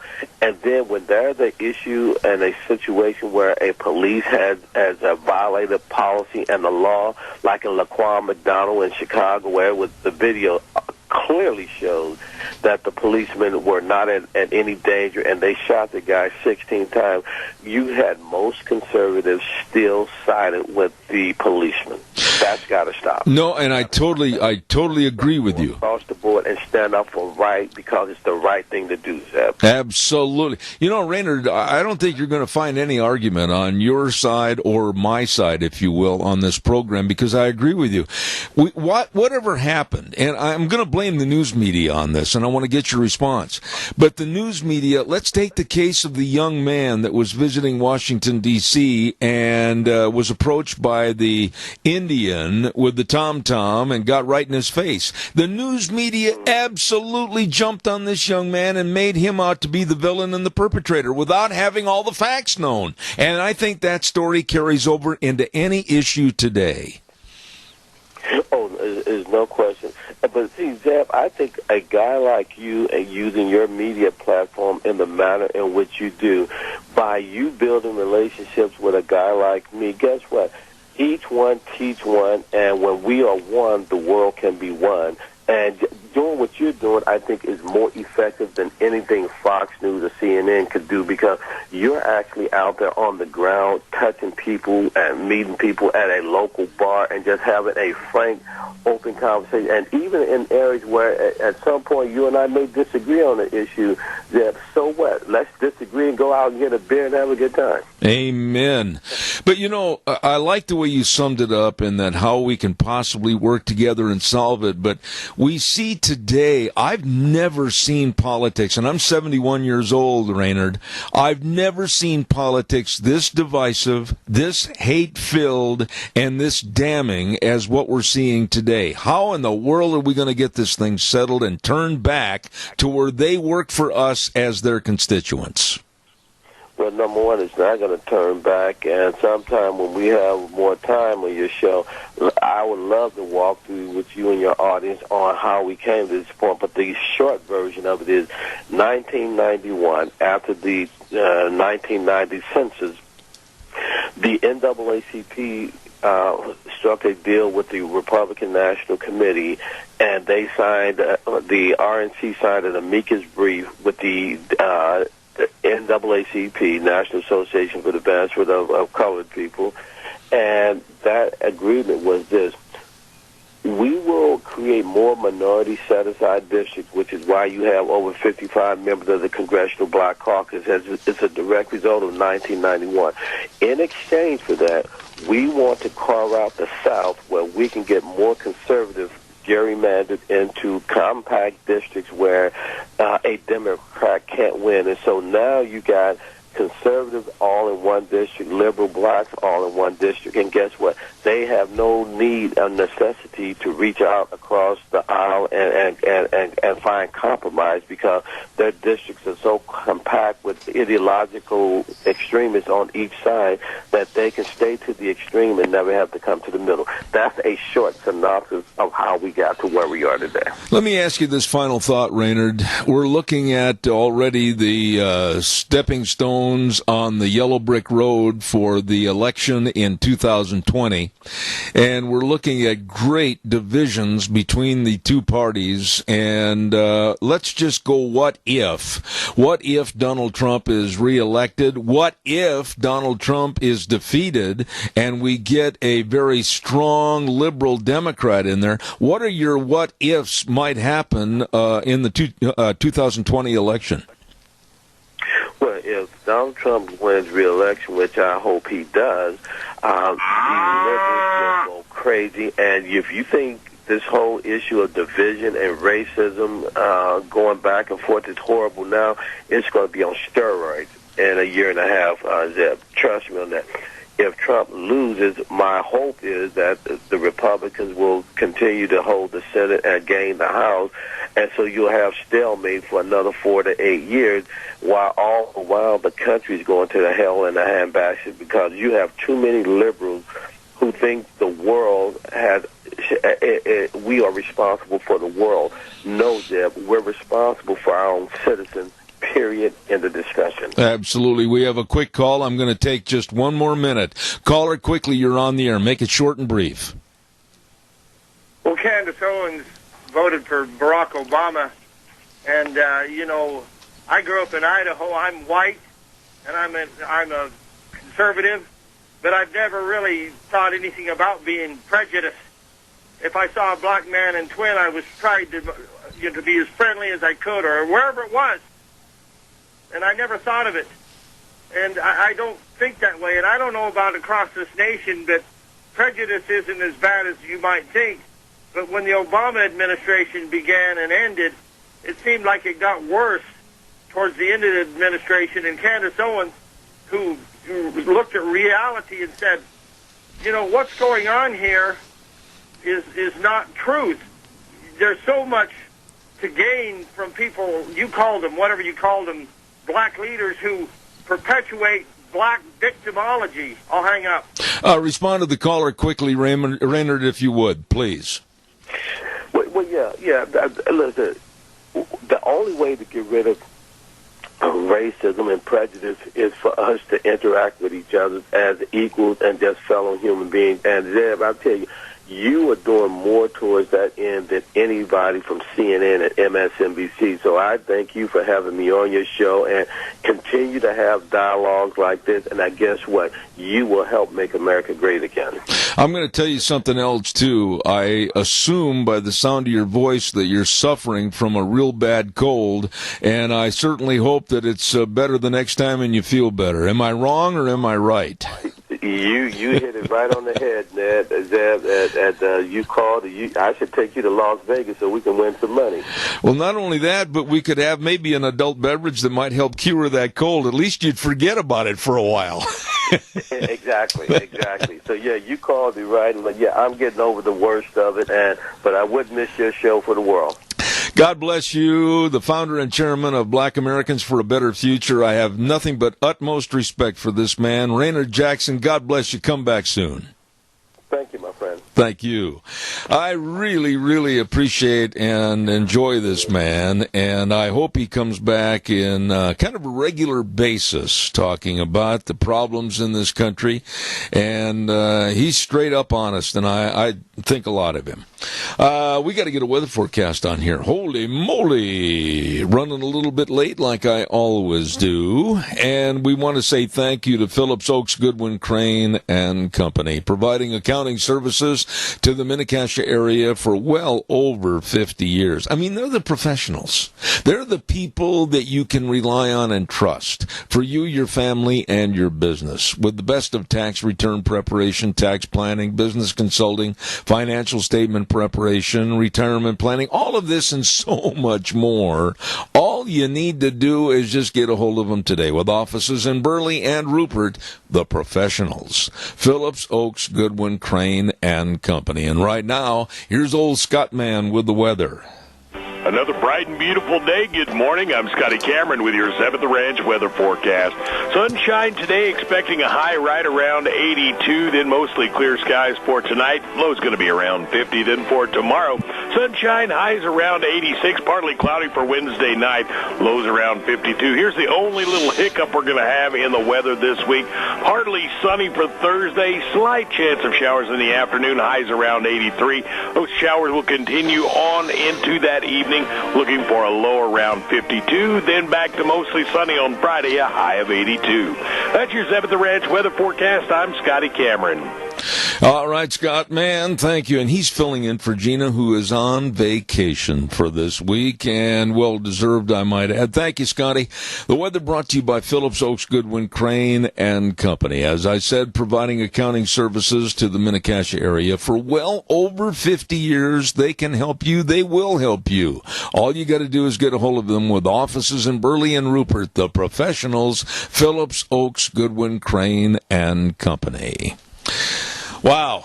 Calls are welcome. 436-2244, 1-866-927-4587. Real quick, a quick couple of notes. There will be a Game 6 in the NBA Finals. I could not stay awake last night, and I fell asleep and missed the Warriors coming back to win by 1 point over the Raptors, forcing a Game 6. Of all the professional sports, college sports, high school sports, the Warriors right now have to be one of the most beat-up professional basketball teams I've ever heard playing in the NBA Finals. I mean, they lost Kevin Durant again last night. They've had other injuries to great players that have been filling in, like Looney with severe chest contusions, and Klay Thompson going out with leg problems. Curry had a left wrist and finger problem for a while, and they came back, and now they're forcing Game 6 in the NBA Finals. And they do show a lot of tough and a lot of heart. Caller, good morning. You're on the air. Yes, I just wanted to reiterate this. It bears repeating. April 23rd of this year, Mike Simpson was at the Andrews Center in Boise. They were having a study about environmental and other things. And he wanted to this is what Mike Simpson said. He wants to increase the amount of fish into Idaho. And it said here, announced that he has been studying ways to increase. Randy, we've lost you. I don't know what's the matter with your phone, but it's bleeping out on us, and we've lost you. It's gone. I apologize, Randy. I know I'm going to take up a collection, I think, next week, and I'm going to buy you a new cell phone because that phone is not working, and it just bleeped out and went into the eternal heavens for nothing. It just beeped out. Sorry.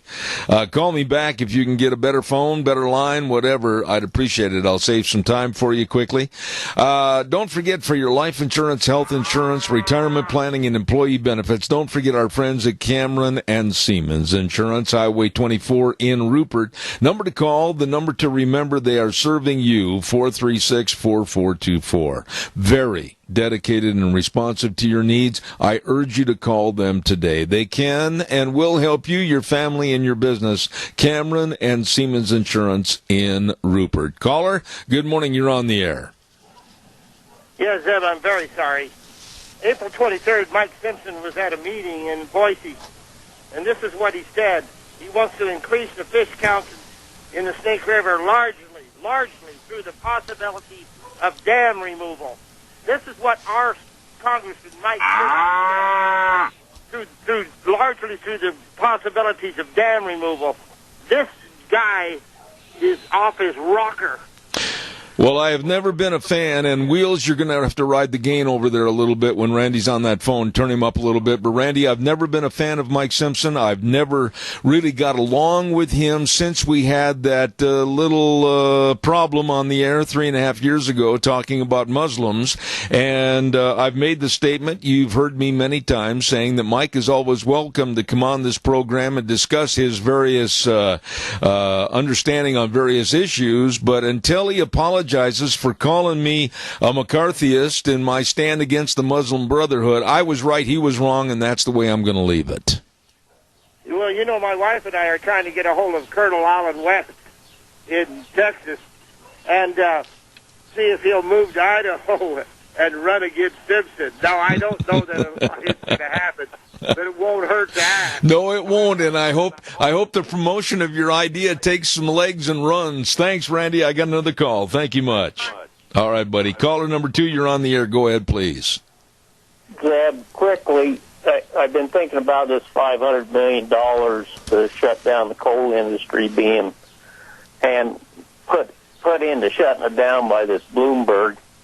But the last 50 years,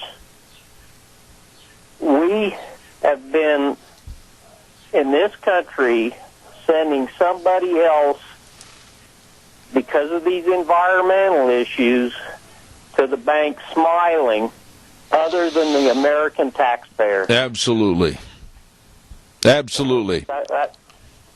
That thought come by me. No, it's 100% correct. Earl, what you're saying is absolutely correct. We're always so quick to say, oh, well, let's give this money here. Let's give this foreign aid here. Let's do this over here. When in essence, we're shooting a lot of our own businesses, a lot of our own corporations and leadership in this country in the foot. It's absolutely insane. And I will say this, that since Trump has been elected as president, we're seeing a resurgence of America first, and that's what I'd like. A reopening of the eyes. Absolutely. Earl, thank you for your call. God bless. I've got to run to the news, but I appreciate it. Thank you very much. I'm going to try to run to the hayfield. Okay. Well, have a good day, my friend. Thank you. I appreciate all your calls, and I certainly appreciate all our guests in the first 2 hours, and we've got a very, very special guest coming on this next hour, Reverend Paul Thompson, from the Eastside Baptist Church in Twin Falls, and we're going to spend the whole hour with him talking about what's going on in our community. What's going on that we are accepting less as Christians and decent, fearing people of morality? What's going on that we're seeing such a absolutely slovenly attitude that we're going to accept less as families and also our education in our schools and everything? We're going to talk about a lot of this coming up this next hour. We urge you to stay tuned. Zeb at the Ranch. I'll be back in 7.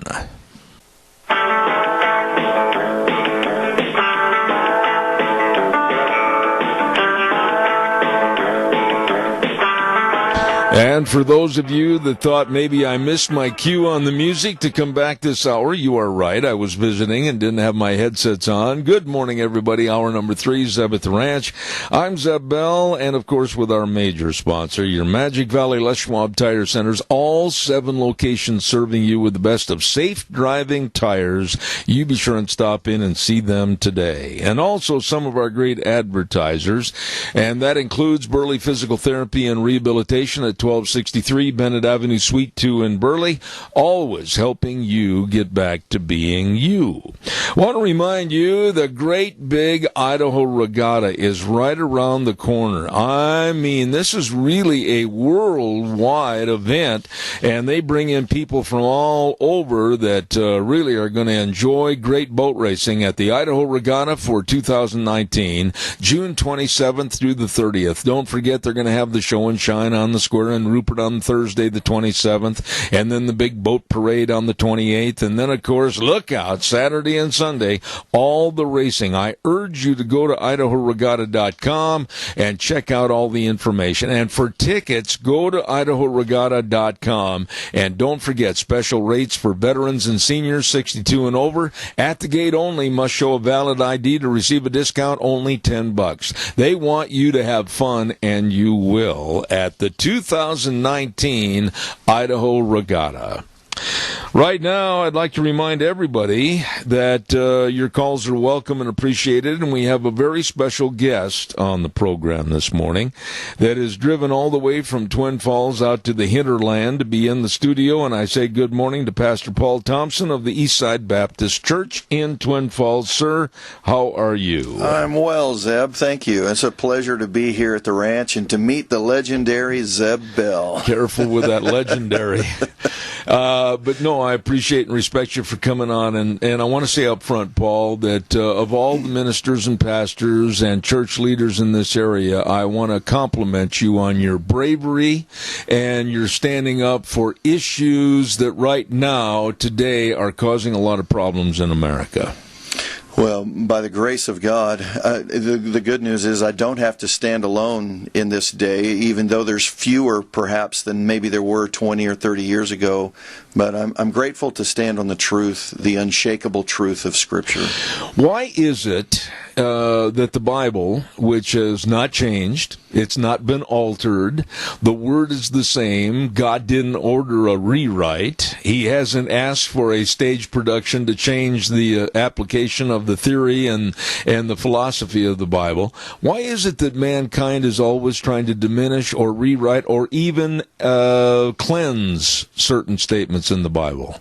Yeah, there's probably a lot of philosophical arguments inside of that, a much longer conversation. And the Bible itself even tells us that men want to suppress truth. And the reason men want to suppress truth is because they want to live different than truth. And they think that truth forbids them from enjoying life or having pleasurable experiences. And so they want to suppress the truth, and so that's why I think the attack against the Bible is a forever attack. I don't think we're ever going to be in a spot where the Bible is in a safe place, where everyone's going to love it and want to embrace it and keep it. People's lives have even been at stake for translating the Bible into our English language. Absolutely. The Bible, as a sole entity today, as the Word of God, is it, in your opinion, as respected as it has been, or are we seeing a great diminishment? Yeah, that's a good question. When you look at the culture, it really appears that, generally speaking, the world or the culture just does not revere it as perhaps in generations past. Why is our culture changing for the negative? Why are we being acceptable to ideas and philosophies and movements that are absolutely against the morality that we've had for hundreds of years? Yeah, and maybe we can even say since the very creation of civilization that these things have been, because God is an unchangeable God. Yeah. If he were changeable, then he wouldn't be God. If he learned something that he didn't know 1,000 years ago, then he wouldn't have been God then. And so the world wants to think about God the way they view themselves. I mean, the prophet Isaiah even says that in a paraphrased version of this, that we think of God too much like ourselves, and so we miss knowing who God is. We all together want to think God interacts and behaves like us. So, we learn things, we increase in skill or ability, but God doesn't change. And so that's just so radically different than anything we've ever experienced. So we don't want to think of God like that. From when I was a young man, which was when they still circled the wagons at night, a long time ago, the change in morality, the change in acceptance of different things that basically belittled our morality is absolutely mind-boggling to me. From when I was in high school in the 60s and then college, and what we're seeing now with the door opening for the LGBT movement in this country and the acceptance of that perverted lifestyle, it just blows me away that America has changed, and quite frankly, the world has changed that much. Yeah, isn't it true, Zeb? In my 52 years of life, I can even think back 20, 30 years ago, and I could not think then that America would be doing what it's doing today, in the embracement of really, as the Bible would describe them, as sinful, debauchery, gross sins against not just God, but against nature itself. And so here we are, and so what do? Well, we do what the church has always done. We pick up the Word of God, and we speak to God's people, and we tell them what God has said. Let me ask you this, and we'll probably hit on this again later on in the hour, but for you and I to be sitting here and talking about what we consider to be immorality and a lifestyle that is a perverted lifestyle, I will say right up front, I don't care how anyone lives their life. If they want to live a life of that sinful nature or live a life of that perversion, that's up to them. But I draw the line when they try to equate that with normalcy in our school system, our churches, and everything else. Yeah, we really have to be vocal about the public influence that is, and the way that the public even wants to change the science of that's been acceptable science throughout all of life, and put a new idea upon that and call this the right position, and to the position about what people do in the privacy of their own homes. I mean, indeed, we don't want a spiritual police. We don't want a religious police in our nation. That would be the quicker way to fall off the cliff as a nation than any other way. Absolutely. Is to embrace a religious police atmosphere, that we investigate all private activity of individuals. But we also have to realize that what people do in the privacy of their own homes still impacts the society. Absolutely. I mean, if an individual had a dog fighting business in the privacy of their own backyard, the government ought to step in and shut it down. Why are we so acceptant of these lifestyles today more so than 30, 40 years ago? I mean, what happened? What triggered this movement in society where, quite frankly, evil is good and good is now turned to evil? Right. Again, the prophet Isaiah was saying this about God's people in his day. That's what they were doing. They were calling good evil, and they were embracing and celebrating and promoting that which was evil and calling it good. Yeah. And so it's not, even that's not a new thing, but it's new in our culture, because from the founding of our own great nation, not that we've been absent of sin throughout all of that time, but the place where sin sits in the culture has been elevated, promoted, and celebrated. Absolutely. You, of course, were contacted by me because I wanted to follow up with an op-ed that you had in the Times News where you were very upset, and I am too, that the mayor of Twin Falls, Sean Berriger, had proclaimed that June would be LGBT month. Now, ever since I've been an adult, and even before that, I've always acknowledged the fact that June is Dairy Month. June is a month that we honor our farmers and our people that are involved in dairy production production of the greatest products, I think, in the world, along with our beef industry. And I took it as a slam, a real slap in the face that Mr. Berriger would appoint, like many other mayors unfortunately have at other cities, June as LGBT month. Why? Why would they want to do this? Well, some of it is. I mean, I'd like to know why as well. I've not heard a reply back from Mayor Berriger.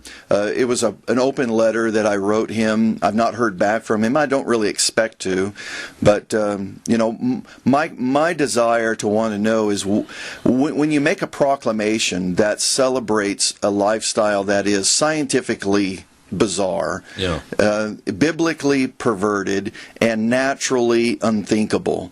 When a civilization promotes that kind of activity in the public, it is at this moment every citizen is now at risk from the judgment of God. Yes. Because you've invited it, you've celebrated it, you've endorsed it, and you've declared it. You've made that proclamation equal to every other proclamation that you've made. You've actually degraded every other proclamation by promoting sin. Yeah, you, in my opinion, and again, I want you to jump in and correct my verbiage on this, but by having a LGBT proclamation of they have a special month, you've kind of overshadowed normalcy and family morality, have you not? Right. I mean, first of all, we don't need a proclamation to celebrate marriage between a husband and a wife. Right. We just don't need that kind of a proclamation. But then to make a proclamation to promote something that is abnormal from what is biblically and civilizationally proper, now you've made everything else lesser. Absolutely. By promoting this sin. When you hear the moo of a cow on this program, that signifies we have a caller. I love it. All right. Caller, go ahead, please. You're on the air. Please.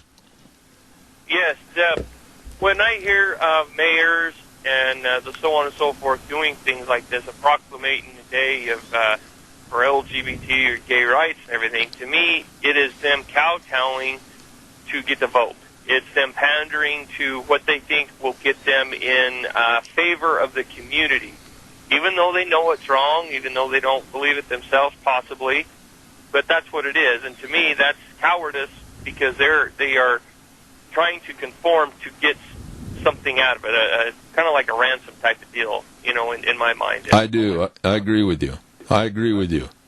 I'll have Pastor Thompson refer to that on the air, if you don't mind. Thank you for your call. Respond, please. Yeah, I agree with the caller. I think that there's a political agenda behind promoting something like this. The tragedy is that the percentage of people who actually live in this lifestyle is so minuscule that it presents the idea to the culture that everyone does this. And that this is a population worth chasing after. When in all reality, that particular population base that embraces these perverted lifestyles is not worth your time politically to go after. Paul, let me say this, and again, jump in and change it if you want to, but they, the LGBT and promoters of that lifestyle, are saying, well, if you don't like it, you must be bigoted and hate monger. Why? We just can't listen to you. We've got to put your voice and put it asunder. We can't ever hear that type of thing. Why is it that we, the people that believe in morality and Christian ethics, why are we the hate mongers and the bigots when we're utilizing our right of free speech to say, no, you have a right to say what you want and live like you want, but I also have the right to condemn it and not go along with it? Oh, yeah, exactly. And I think one tragedy in the recent past of our nation is that churches and pastors have felt the heat from the culture. As I was speaking to you off air earlier, Zeb, that basically there's this idea that preachers and churches ought to sit down in the corner and be quiet and not influence or not speak into the sinful activity of the culture. And so as a result of 20, 30 years of that, whenever the church does speak up and speak out about these matters, everyone's now up in arms because, hey, who are you? Where have you been? Why have you been silent for so long? And now you want to speak into this? Well, no, the church has always been speaking to this. We've just taken ourselves, unfortunately, out of a place of influence in our culture. You know, that was very well stated, and as you know, I have invited numerous times on the radio. I can't even keep track of the count. It must be literally hundreds of times. To have other church leaders, other pastors, and other members of the leaders of their faith to contact me and come on the program and discuss some of the societal ills that need to be addressed, whether it's the drug issues, whether it's abortion issues, whether it's the LGBT issues, whatever. Some of the people that have said to me, well, oh, no, we just don't want a pastor to stand up there and give a sermon on something political. Listen, life is political.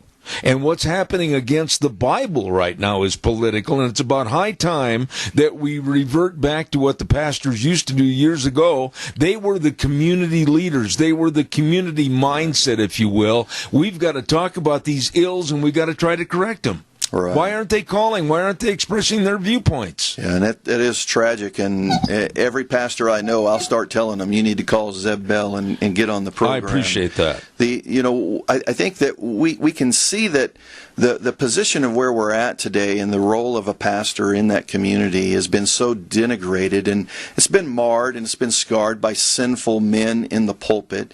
And so now society does not revere the position of a pastor because of big national scandals that happen. But that's no reason for the faithful the faithful pastor who gets in his pulpit week after week and preaches the truth. Let me ask you this. Does it show to you, also a pastor, that members of your vocation are cowardly to stand up and not say anything? They're more afraid of men than they are God. Is that a fair assessment? I think it's a fair assessment, and it's a real struggle. I would even say, when I reflect back even in my own self, whenever I know that I'm either about to speak out publicly on something, I do have to wrestle through. Well, what's going to be the response, and do I want to put up with that? And is my home secure? Is my wife safe if I'm not at home whenever I speak out on these kinds of things? And so there is a fear that does kind of process through the mind. But if we don't speak up, we're guilty of sinning against God and the Bible by not speaking up. Which puts us in a more risky place to be in the fear of men rather than to live in the fear of God. Not that God's going to zap us if we don't do something, but because God is who He is, we will respect Him, we will revere Him, and because we love our fellow man, we'll love them enough, as Paul told Timothy, you, preacher, are the pillar and the buttress of truth. That's right. And if the pillars are removed, the house collapses. There's just so much going on today, more so than 10, 15, 20, 25 years ago, and our kids are exposed to so much that is not good for them. And I don't care. Somebody can say I'm a judge, jury, and executioner. I'm trying to be the Judge Roy Bean law west of the Pecos. They can accuse me of anything they want to. But you know what? The days of the old Saturday Evening Post with the covers of showing mom and dad, little Susie and Johnny going to church together, or going home and maybe going on a picnic or whatever, those days are gone. They are gone. And it's a shame. Yeah, because most of the advertising world seems to want to embrace the lesbian, gay, bisexual, transgender. And I don't understand why. Somehow in their mind, they must be thinking this will show the rest of the world how much more progressive we are than anyone who holds to what they would call an archaic position of man and woman. How do they, the LGBT and others that are promoting their lifestyle, how do they get off saying that they want special rights over Paul Thompson and Zeb Bell? I don't understand that. Yeah, I don't know either, and I think that somehow they've learned how to work the system of fear.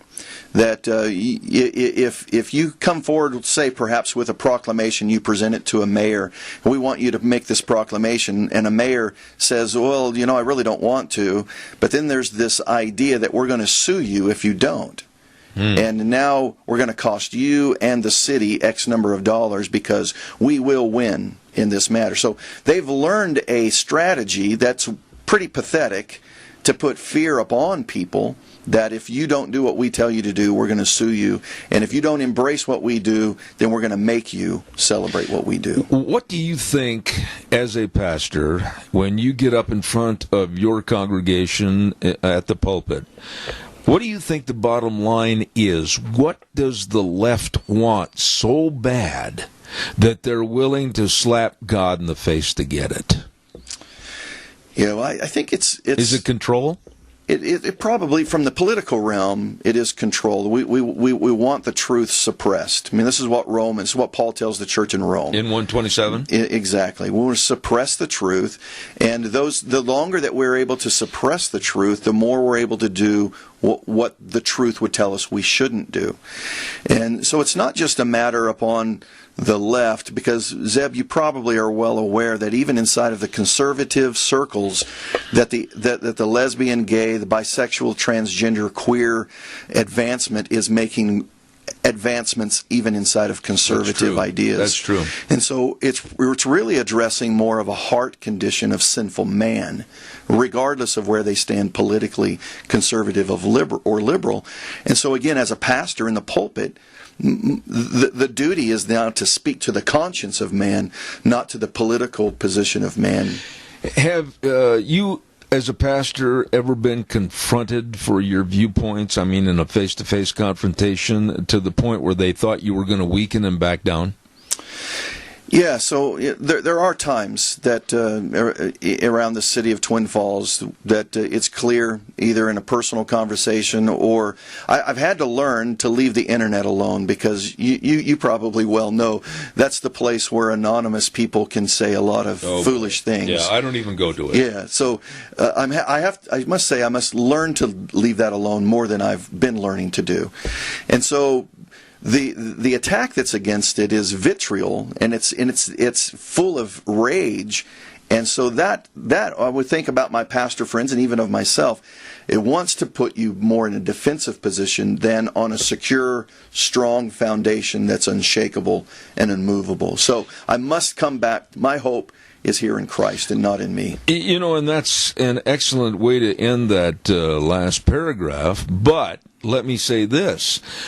You mentioned it earlier. Are you, because of your standing up for what's right and standing up for the Bible, and I've only got 2 minutes left in this segment, and then we got to go to the break, but are you afraid for your health? Are you afraid for your family's welfare? Are you a little bit timid about what the evil left might do? So I will be honest and say that some of that will creep into my mind and say, well, okay, if I say this, then what do I need to be prepared for? Yeah. And so I think that's smart to be a strategic, bold truth speaker. But I also have to keep this in check, that I'm not governed now by the fear of what's going to be the response of those who disagree with me. Well stated. Ladies and gentlemen, I'm honored to have Pastor Paul Thompson of the Eastside Baptist Church in Twin Falls come on the program this morning. He's going to be here for another half hour, and I urge you to call. I urge you to speak out on this issue. I mean, it's something that we all should be concerned about, whether you're a civic leader, whether you lead a 4-H club, a church group, or whether you're just mom and dad sitting at home. You should call and voice your opinion about what's going on in America today. And we'll be back in about 3 minutes or so, right after I give this good word and send it back over to Wheels. I want to remind you to stop into Patterson's at 421 East Main in Burley with Curtis and Lorena and the whole staff. They really are your electronic needs headquarters. All you need to do is stop in and see them today for the best of car stereos and speakers, complete sound systems. Oh my goodness, they've got all the televisions, Samsung, Sony, Toshiba, and of course home theater systems. Relax in the comfort of your home. They've got all the video surveillance cameras, everything your electronic needs headquarters. Like I said, easy for me to say, right there at 421 East Main in Burley. The number to call, 678-6997. Patterson's in Burley, open Monday through Saturday. Saturday, 9 to 6. You stop in and see them today. We'll be back in about 3 minutes. Don't go away. And now, back to Zeb at the Ranch on AM 1230 KBAR. To reach Zeb, call 436-2244 or toll free 1-866-927-4587. And now, here is Zeb Bell. And thank you very much, sir. Welcome back into the lion's den, if you will. We're visiting with, I hope, a new good friend, and that's Pastor Paul Thompson of the Eastside Baptist Church in Twin Falls. And we're talking about LGBT issues that absolutely are, in my opinion, I'm going to say it from my standpoint only, very negative and very divisive for any community to better itself. And caller, you're on the air. Good morning. Thank you for your call. Good morning. How are you? I'm good. Speak up, please, as loud as you can. We've got a phone line problem. Go ahead. Sure thing. Yes. I know Pastor Paul. Paul, this is Shanna. And I appreciate his voice out there. It is a much-needed voice. And myself, being a woman, it's a little different than a guy, but I understand and follow the things that the Bible says. The one verse that really has spoken to me recently is Psalm 118:6. It says, I will not fear. What can man do to me? That's right. Man can kill our body, they can't kill our spirit. And Jesus says, fear not.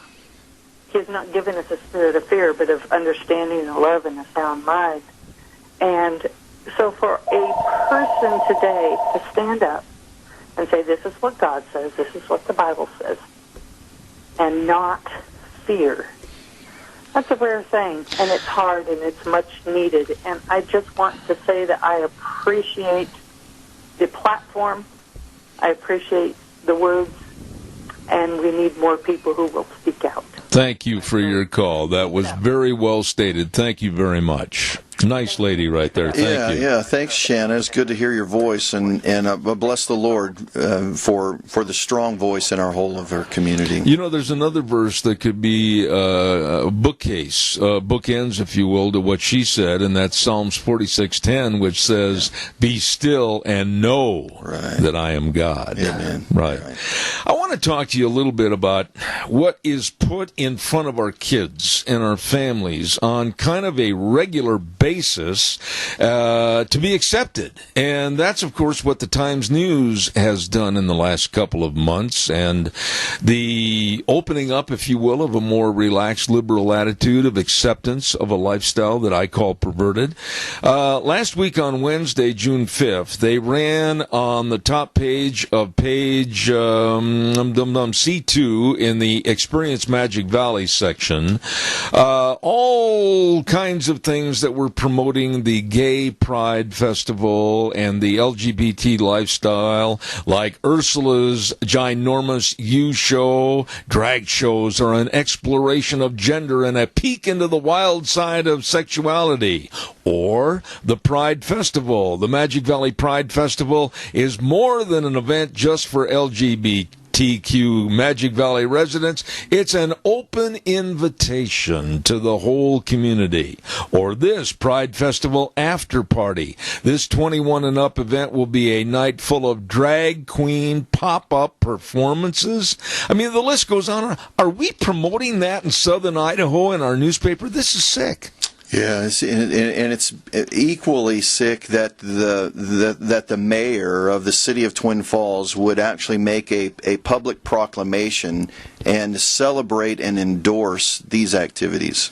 Yeah. So what do we do? I mean, are people not speaking up? Are your congregate members, are they saying, well, by golly, I'm going to pick up a pen and a piece of paper, I'm going to write a letter? People are so blasé today, and I dare you to tell me I'm wrong on this, Paul, because I see it every day.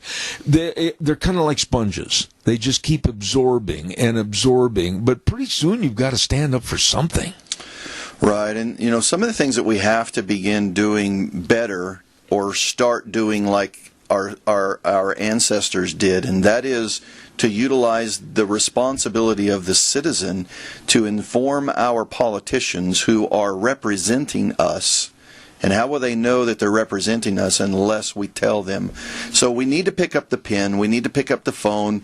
We need to attend city council meetings. We need to attend state representative and Senate hearings. And we need to speak into these, into those who represent us, that they know what we want them to, how we want them to act, and what laws we want them to act upon. Well, and here's a picture that I took out of the paper the other day, and it shows Democratic presidential candidate Pete Buttigieg, the mayor of South Bend, Indiana, and he was introduced at a speech by his husband, and it shows the two of them, and that's in the paper. Then, a couple of days ago in the paper, on Sunday, June 9th, we had full-color pictorial review of all the LGBT issues going on in the city park in Twin Falls. I find this disgusting.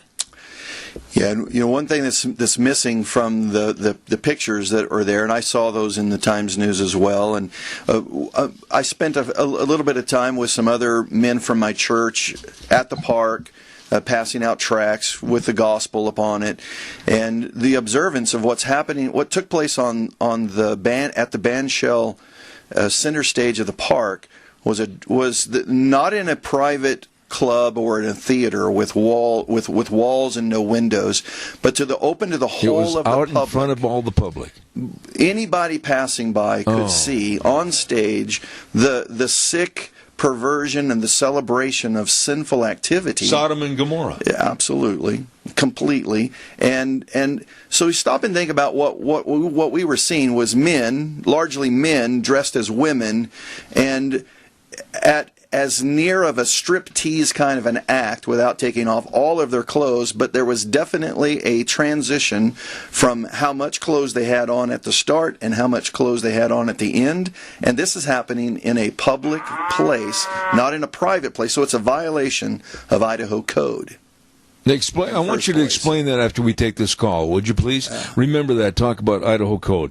Caller, good morning. You're on the air. Thank you for your call. Thanks for taking my call.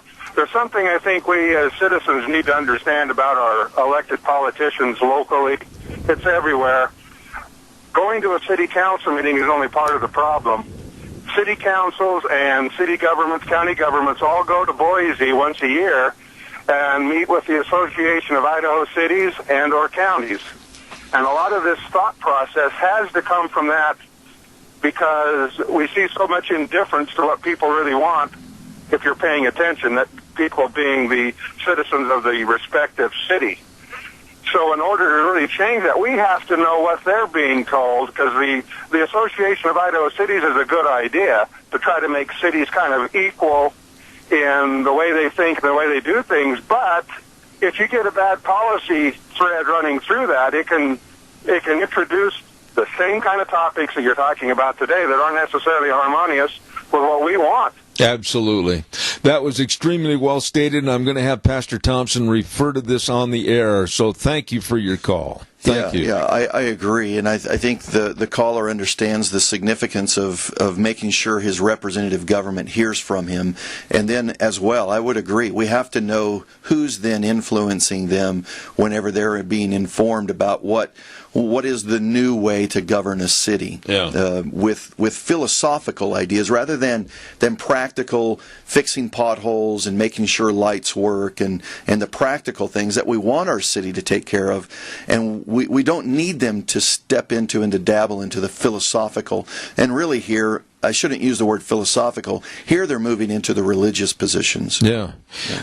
You said this was right on stage at the bandshell in the city park, correct? Right. I mean, we're open for the world now. This is just absolutely for any child. And some of the pictures of these LGBT movement people, if you will, reading stories to children dressed up as drag queens, and the dances and all the makeup and everything. And I may be an old stick in the mud, but I still maintain that that's not what God created us for. Yeah, it's not. And again, if we're going to be if we're going to be a civilization that's going to flourish, then we have to realize there are certain activities that cause a civilization to flourish, and there are activities that cause civilizations to decay and collapse. I want to talk to you about one other aspect of this, and you and I have talked about it on the air on a phone call that we had about 2-3 weeks ago. But we have another call. I'll take that first. Caller, good morning. Thank you for your call. You're on the air. You know, Sean Beauregard, I don't know if he grew up here, but he's a mayor of Twin. And, you know, his history is less than stellar about, you know, how, if you look at the history of Idaho, of Twin Falls, and how it was formed and broke out of the brush, and the people that live here and how they have conservative values, and how he gets elected, I don't know. I'm not from that city, but I have children and family that live there, lots of them. And it's embarrassing. See, we try to be enlightened and open-minded, but we're just tolerating debauchery. And it's absolutely unforgivable that this was on at the band shell where a child could see it. Yeah. And you see, it's unforgivable. And you're right. Somebody needs to do something. And see, calling in on the radio was great, and it might just be therapy for me. But in the end, we still have to somehow turn back the tide, because it truly is evil. I'll hang up. Thank you, sir. Quickly respond, and then I've got a weather forecast. Yeah, I agree with the caller. One thing that I think I want to say about the mayor, because I attend our city council meetings most every Monday night, and so I don't want to defend the mayor, because I think what he did in this proclamation was regrettable and shameful. But I do believe he's governed the city pretty fairly, and I witness him treat public speakers fairly, gives them all of equal opportunities, and so for that I'm grateful for. But I certainly take issue with matters like this and others. Where do you think the pressure came from? Quickly, give me a short answer on this. Yeah. The pressure came from to make a signing of this type of proclamation. Well, I don't know the heart of man, so I don't know the heart of Mayor Beauregard. But it has to come from a place where you're willing to make a public proclamation that is opposed to the Word of God, and to do so without fear of God, and to do so without consideration to the impact this is going to have upon the city. Absolutely. So, from that vantage point, what caused him to do that is that he's done what Romans tells us. Is you suppress the truth long enough, you will then do things that you historically would never have done. Absolutely. Pastor, stand by. I've got to get a weather forecast on here, and I want to thank our dear friends at Scarrows Meats, 331 North Road, Jerome. Oh, my goodness, all the delicious meats, marinated pork ribs, all the tri-tips, all the different bacons, and, of course, the breakfast sausages and the bratwurst. Oh, love those brats. You better make sure that if you've got a family gathering or a company picnic, whatever, get a hold of them today for the delicious meats of Scarrows Meats. 331 North Road, Jerome. Number to call, 324-7657. And right now, here's Scotty with the weather. Another bright and beautiful day. Good morning. I'm Scotty Cameron with your 7th Ranch weather forecast. Sunshine today, expecting a high right around 82, then mostly clear skies for tonight. Low's going to be around 50, then for tomorrow. Sunshine, highs around 86, partly cloudy for Wednesday night. Lows around 52. Here's the only little hiccup we're going to have in the weather this week. Partly sunny for Thursday. Slight chance of showers in the afternoon. Highs around 83. Those showers will continue on into that evening. Looking for a low around 52, then back to mostly sunny on Friday, a high of 82. That's your 7th Ranch weather forecast. I'm Scotty Cameron. Thank you, Scotty. Appreciate it. Don Scarrow and the crew at Scarrows Meats. Delicious meats, and call them today, 324-7657. They are changing the way we eat, one delicious bite at a time. Pastor Thompson, I want to get into one other area of the LGBT problem. There's so many more things we wanted to talk about this morning, but I flat ran out of time. The transgenderism in sports. You and I touched on this briefly on a phone call we had a couple of weeks ago. The transgenders, males wanting to be females, absolutely is going to be, in my opinion, and it's proving true, the denigration of many female sports, whether it's basketball, whether it's track and field, volleyball, it doesn't make any difference, tennis. They've got to draw the line. It's going to absolutely tear apart everything that Title IX tried to do. Yeah, I agree. And I think it exposes several things. It exposes the attack against women is still going on. The very fact to celebrate that men want to transition to become women ought to be offensive to every woman. Absolutely. And then, so that's at the lowest position. At the highest position, it's an offense against the Creator who created them, male and female. And so both are being completely washed away, and all the while, men who want to suppress other people and want to rule other people continue to do so, but now under the guise of being considered now the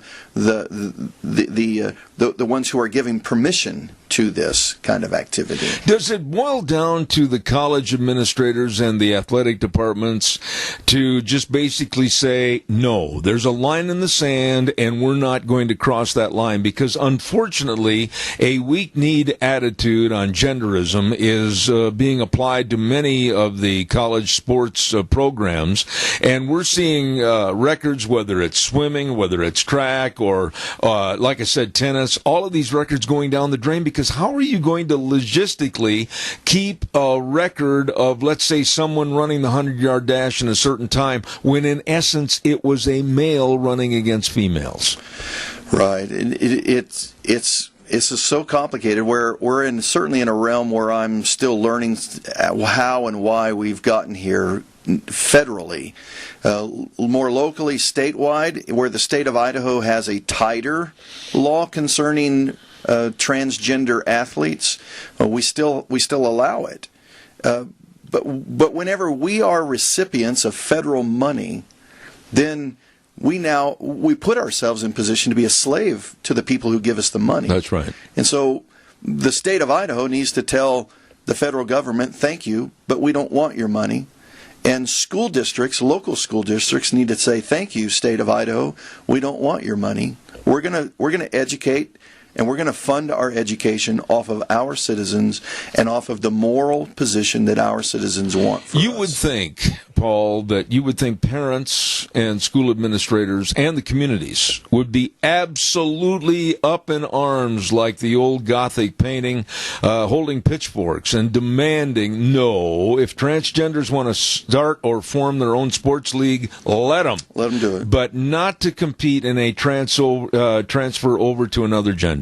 I totally would agree with that statement, that if there's a place for someone who feels like they want to live in this kind of a lifestyle, then they need to create a different sport league to allow them to compete equally. This was the whole idea of men and women's sports to begin with. Right. To give equality, not to make light of the fact that there are differences between men and women, and to give them that position to compete competitively.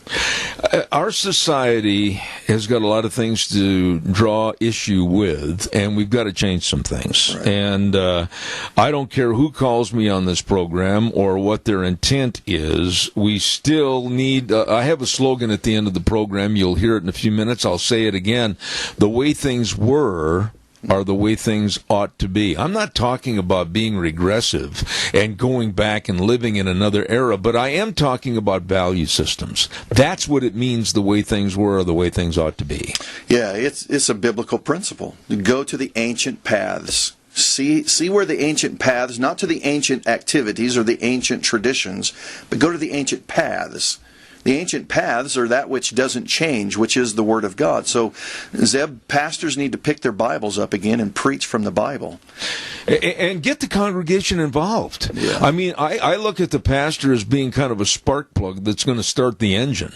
And once the engine's started, the engine takes and goes out among the public and among the community, and they change things for the better. I'm not saying that they want to hurt anybody or denigrate anybody, but we've got to get back to a lifestyle that is absolutely not one of perversion and like what we saw in the Times News. Right. We do. And by the grace of God, Zeb, on August the 1st, there's 3 churches in Twin Falls that we are hosting a gathering where we're going to try to begin to organize a group of people to really step in primarily to deal with the abortion issues and to handle abortion in the city of Twin Falls, while at the same time hoping to have influence upon the state. And by the grace of God. Would you like to name those churches on the air this morning? Yeah, absolutely. Go ahead. Bear Morton from Magic Valley Bible Church and Christopher Folkerts from the United Reformed Church in Twin Falls. Okay, great. And that's coming up on August the 1st. I'll get you some more information about that. I'll put it on the air. Yeah, so we're going to organize a group of people to educate. How do we talk to our city people? How do we talk to our state legislators? Great. And how do we engage in that from the biblical position? I'll help any way I can. Bless the Lord. Ladies and gentlemen, our major sponsor we're very blessed with, of course, your Magic Valley, Les Schwab Tire Centers, all 7 locations serving you with the best of safe driving tires, and I urge you to stop in and see them today. Maybe you're going on a road trip to Disneyland, or maybe to New Mexico to see Aunt Martha and Uncle Fred. Well, make sure you've got the safest of tires for your cars, your pickups, and your SUVs. You better check on, like the tires called the Reputation, their newest and best passenger car, all-season tire, superior performance, and quiet ride. Oh, yeah. And for your SUVs and pickups, on sale, the Open Country HT. Check out all the great tire buys. Of course, the best in brake service with highly trained brake technicians, front-end alignment, shocks and struts, batteries, but above all, service. The best in service to you from Lane and Rupert, Dave on Blue Lakes and Twin, Mike and Buell, Mike and Jerome, the Twist family in Paul, Daniel on Poline in Twin Falls, and Trent on Overland in Burley. They represent and are the best. Your Magic Valley, Les Schwab Tire Centers. Paul, I got 30 seconds for final thoughts. Go ahead. Man, by the grace of God, the work of the church, the work of the pastor, is to point people to Christ. And so anything we do in speaking out against the lesbian, the gay, the bisexual, the transgender, the queer issues in our communities is not to denigrate any individual or philosophy of man, but it is always to put the hope of glory up in front of them, and that they would choose God. Choose the glory of God over their own fleshly passions. Well stated. Thank you very much, Pastor Paul Thompson from the Eastside Baptist Church in Twin Falls. Please come back. I will. It's a pleasure to be here. I'll look forward to it. I'll clean the office up a little bit. Ladies and gentlemen, tomorrow we'll be back in the saddle again with Dave Bego, Steve King, Gary Goldman from back in Massachusetts, all kinds of great guests. Don't forget to be here at 8:06, where we always say at the end of our program, the way things were are the way things ought to be, and the world needs more cowboys. Tune in tomorrow morning at 8:06. God bless.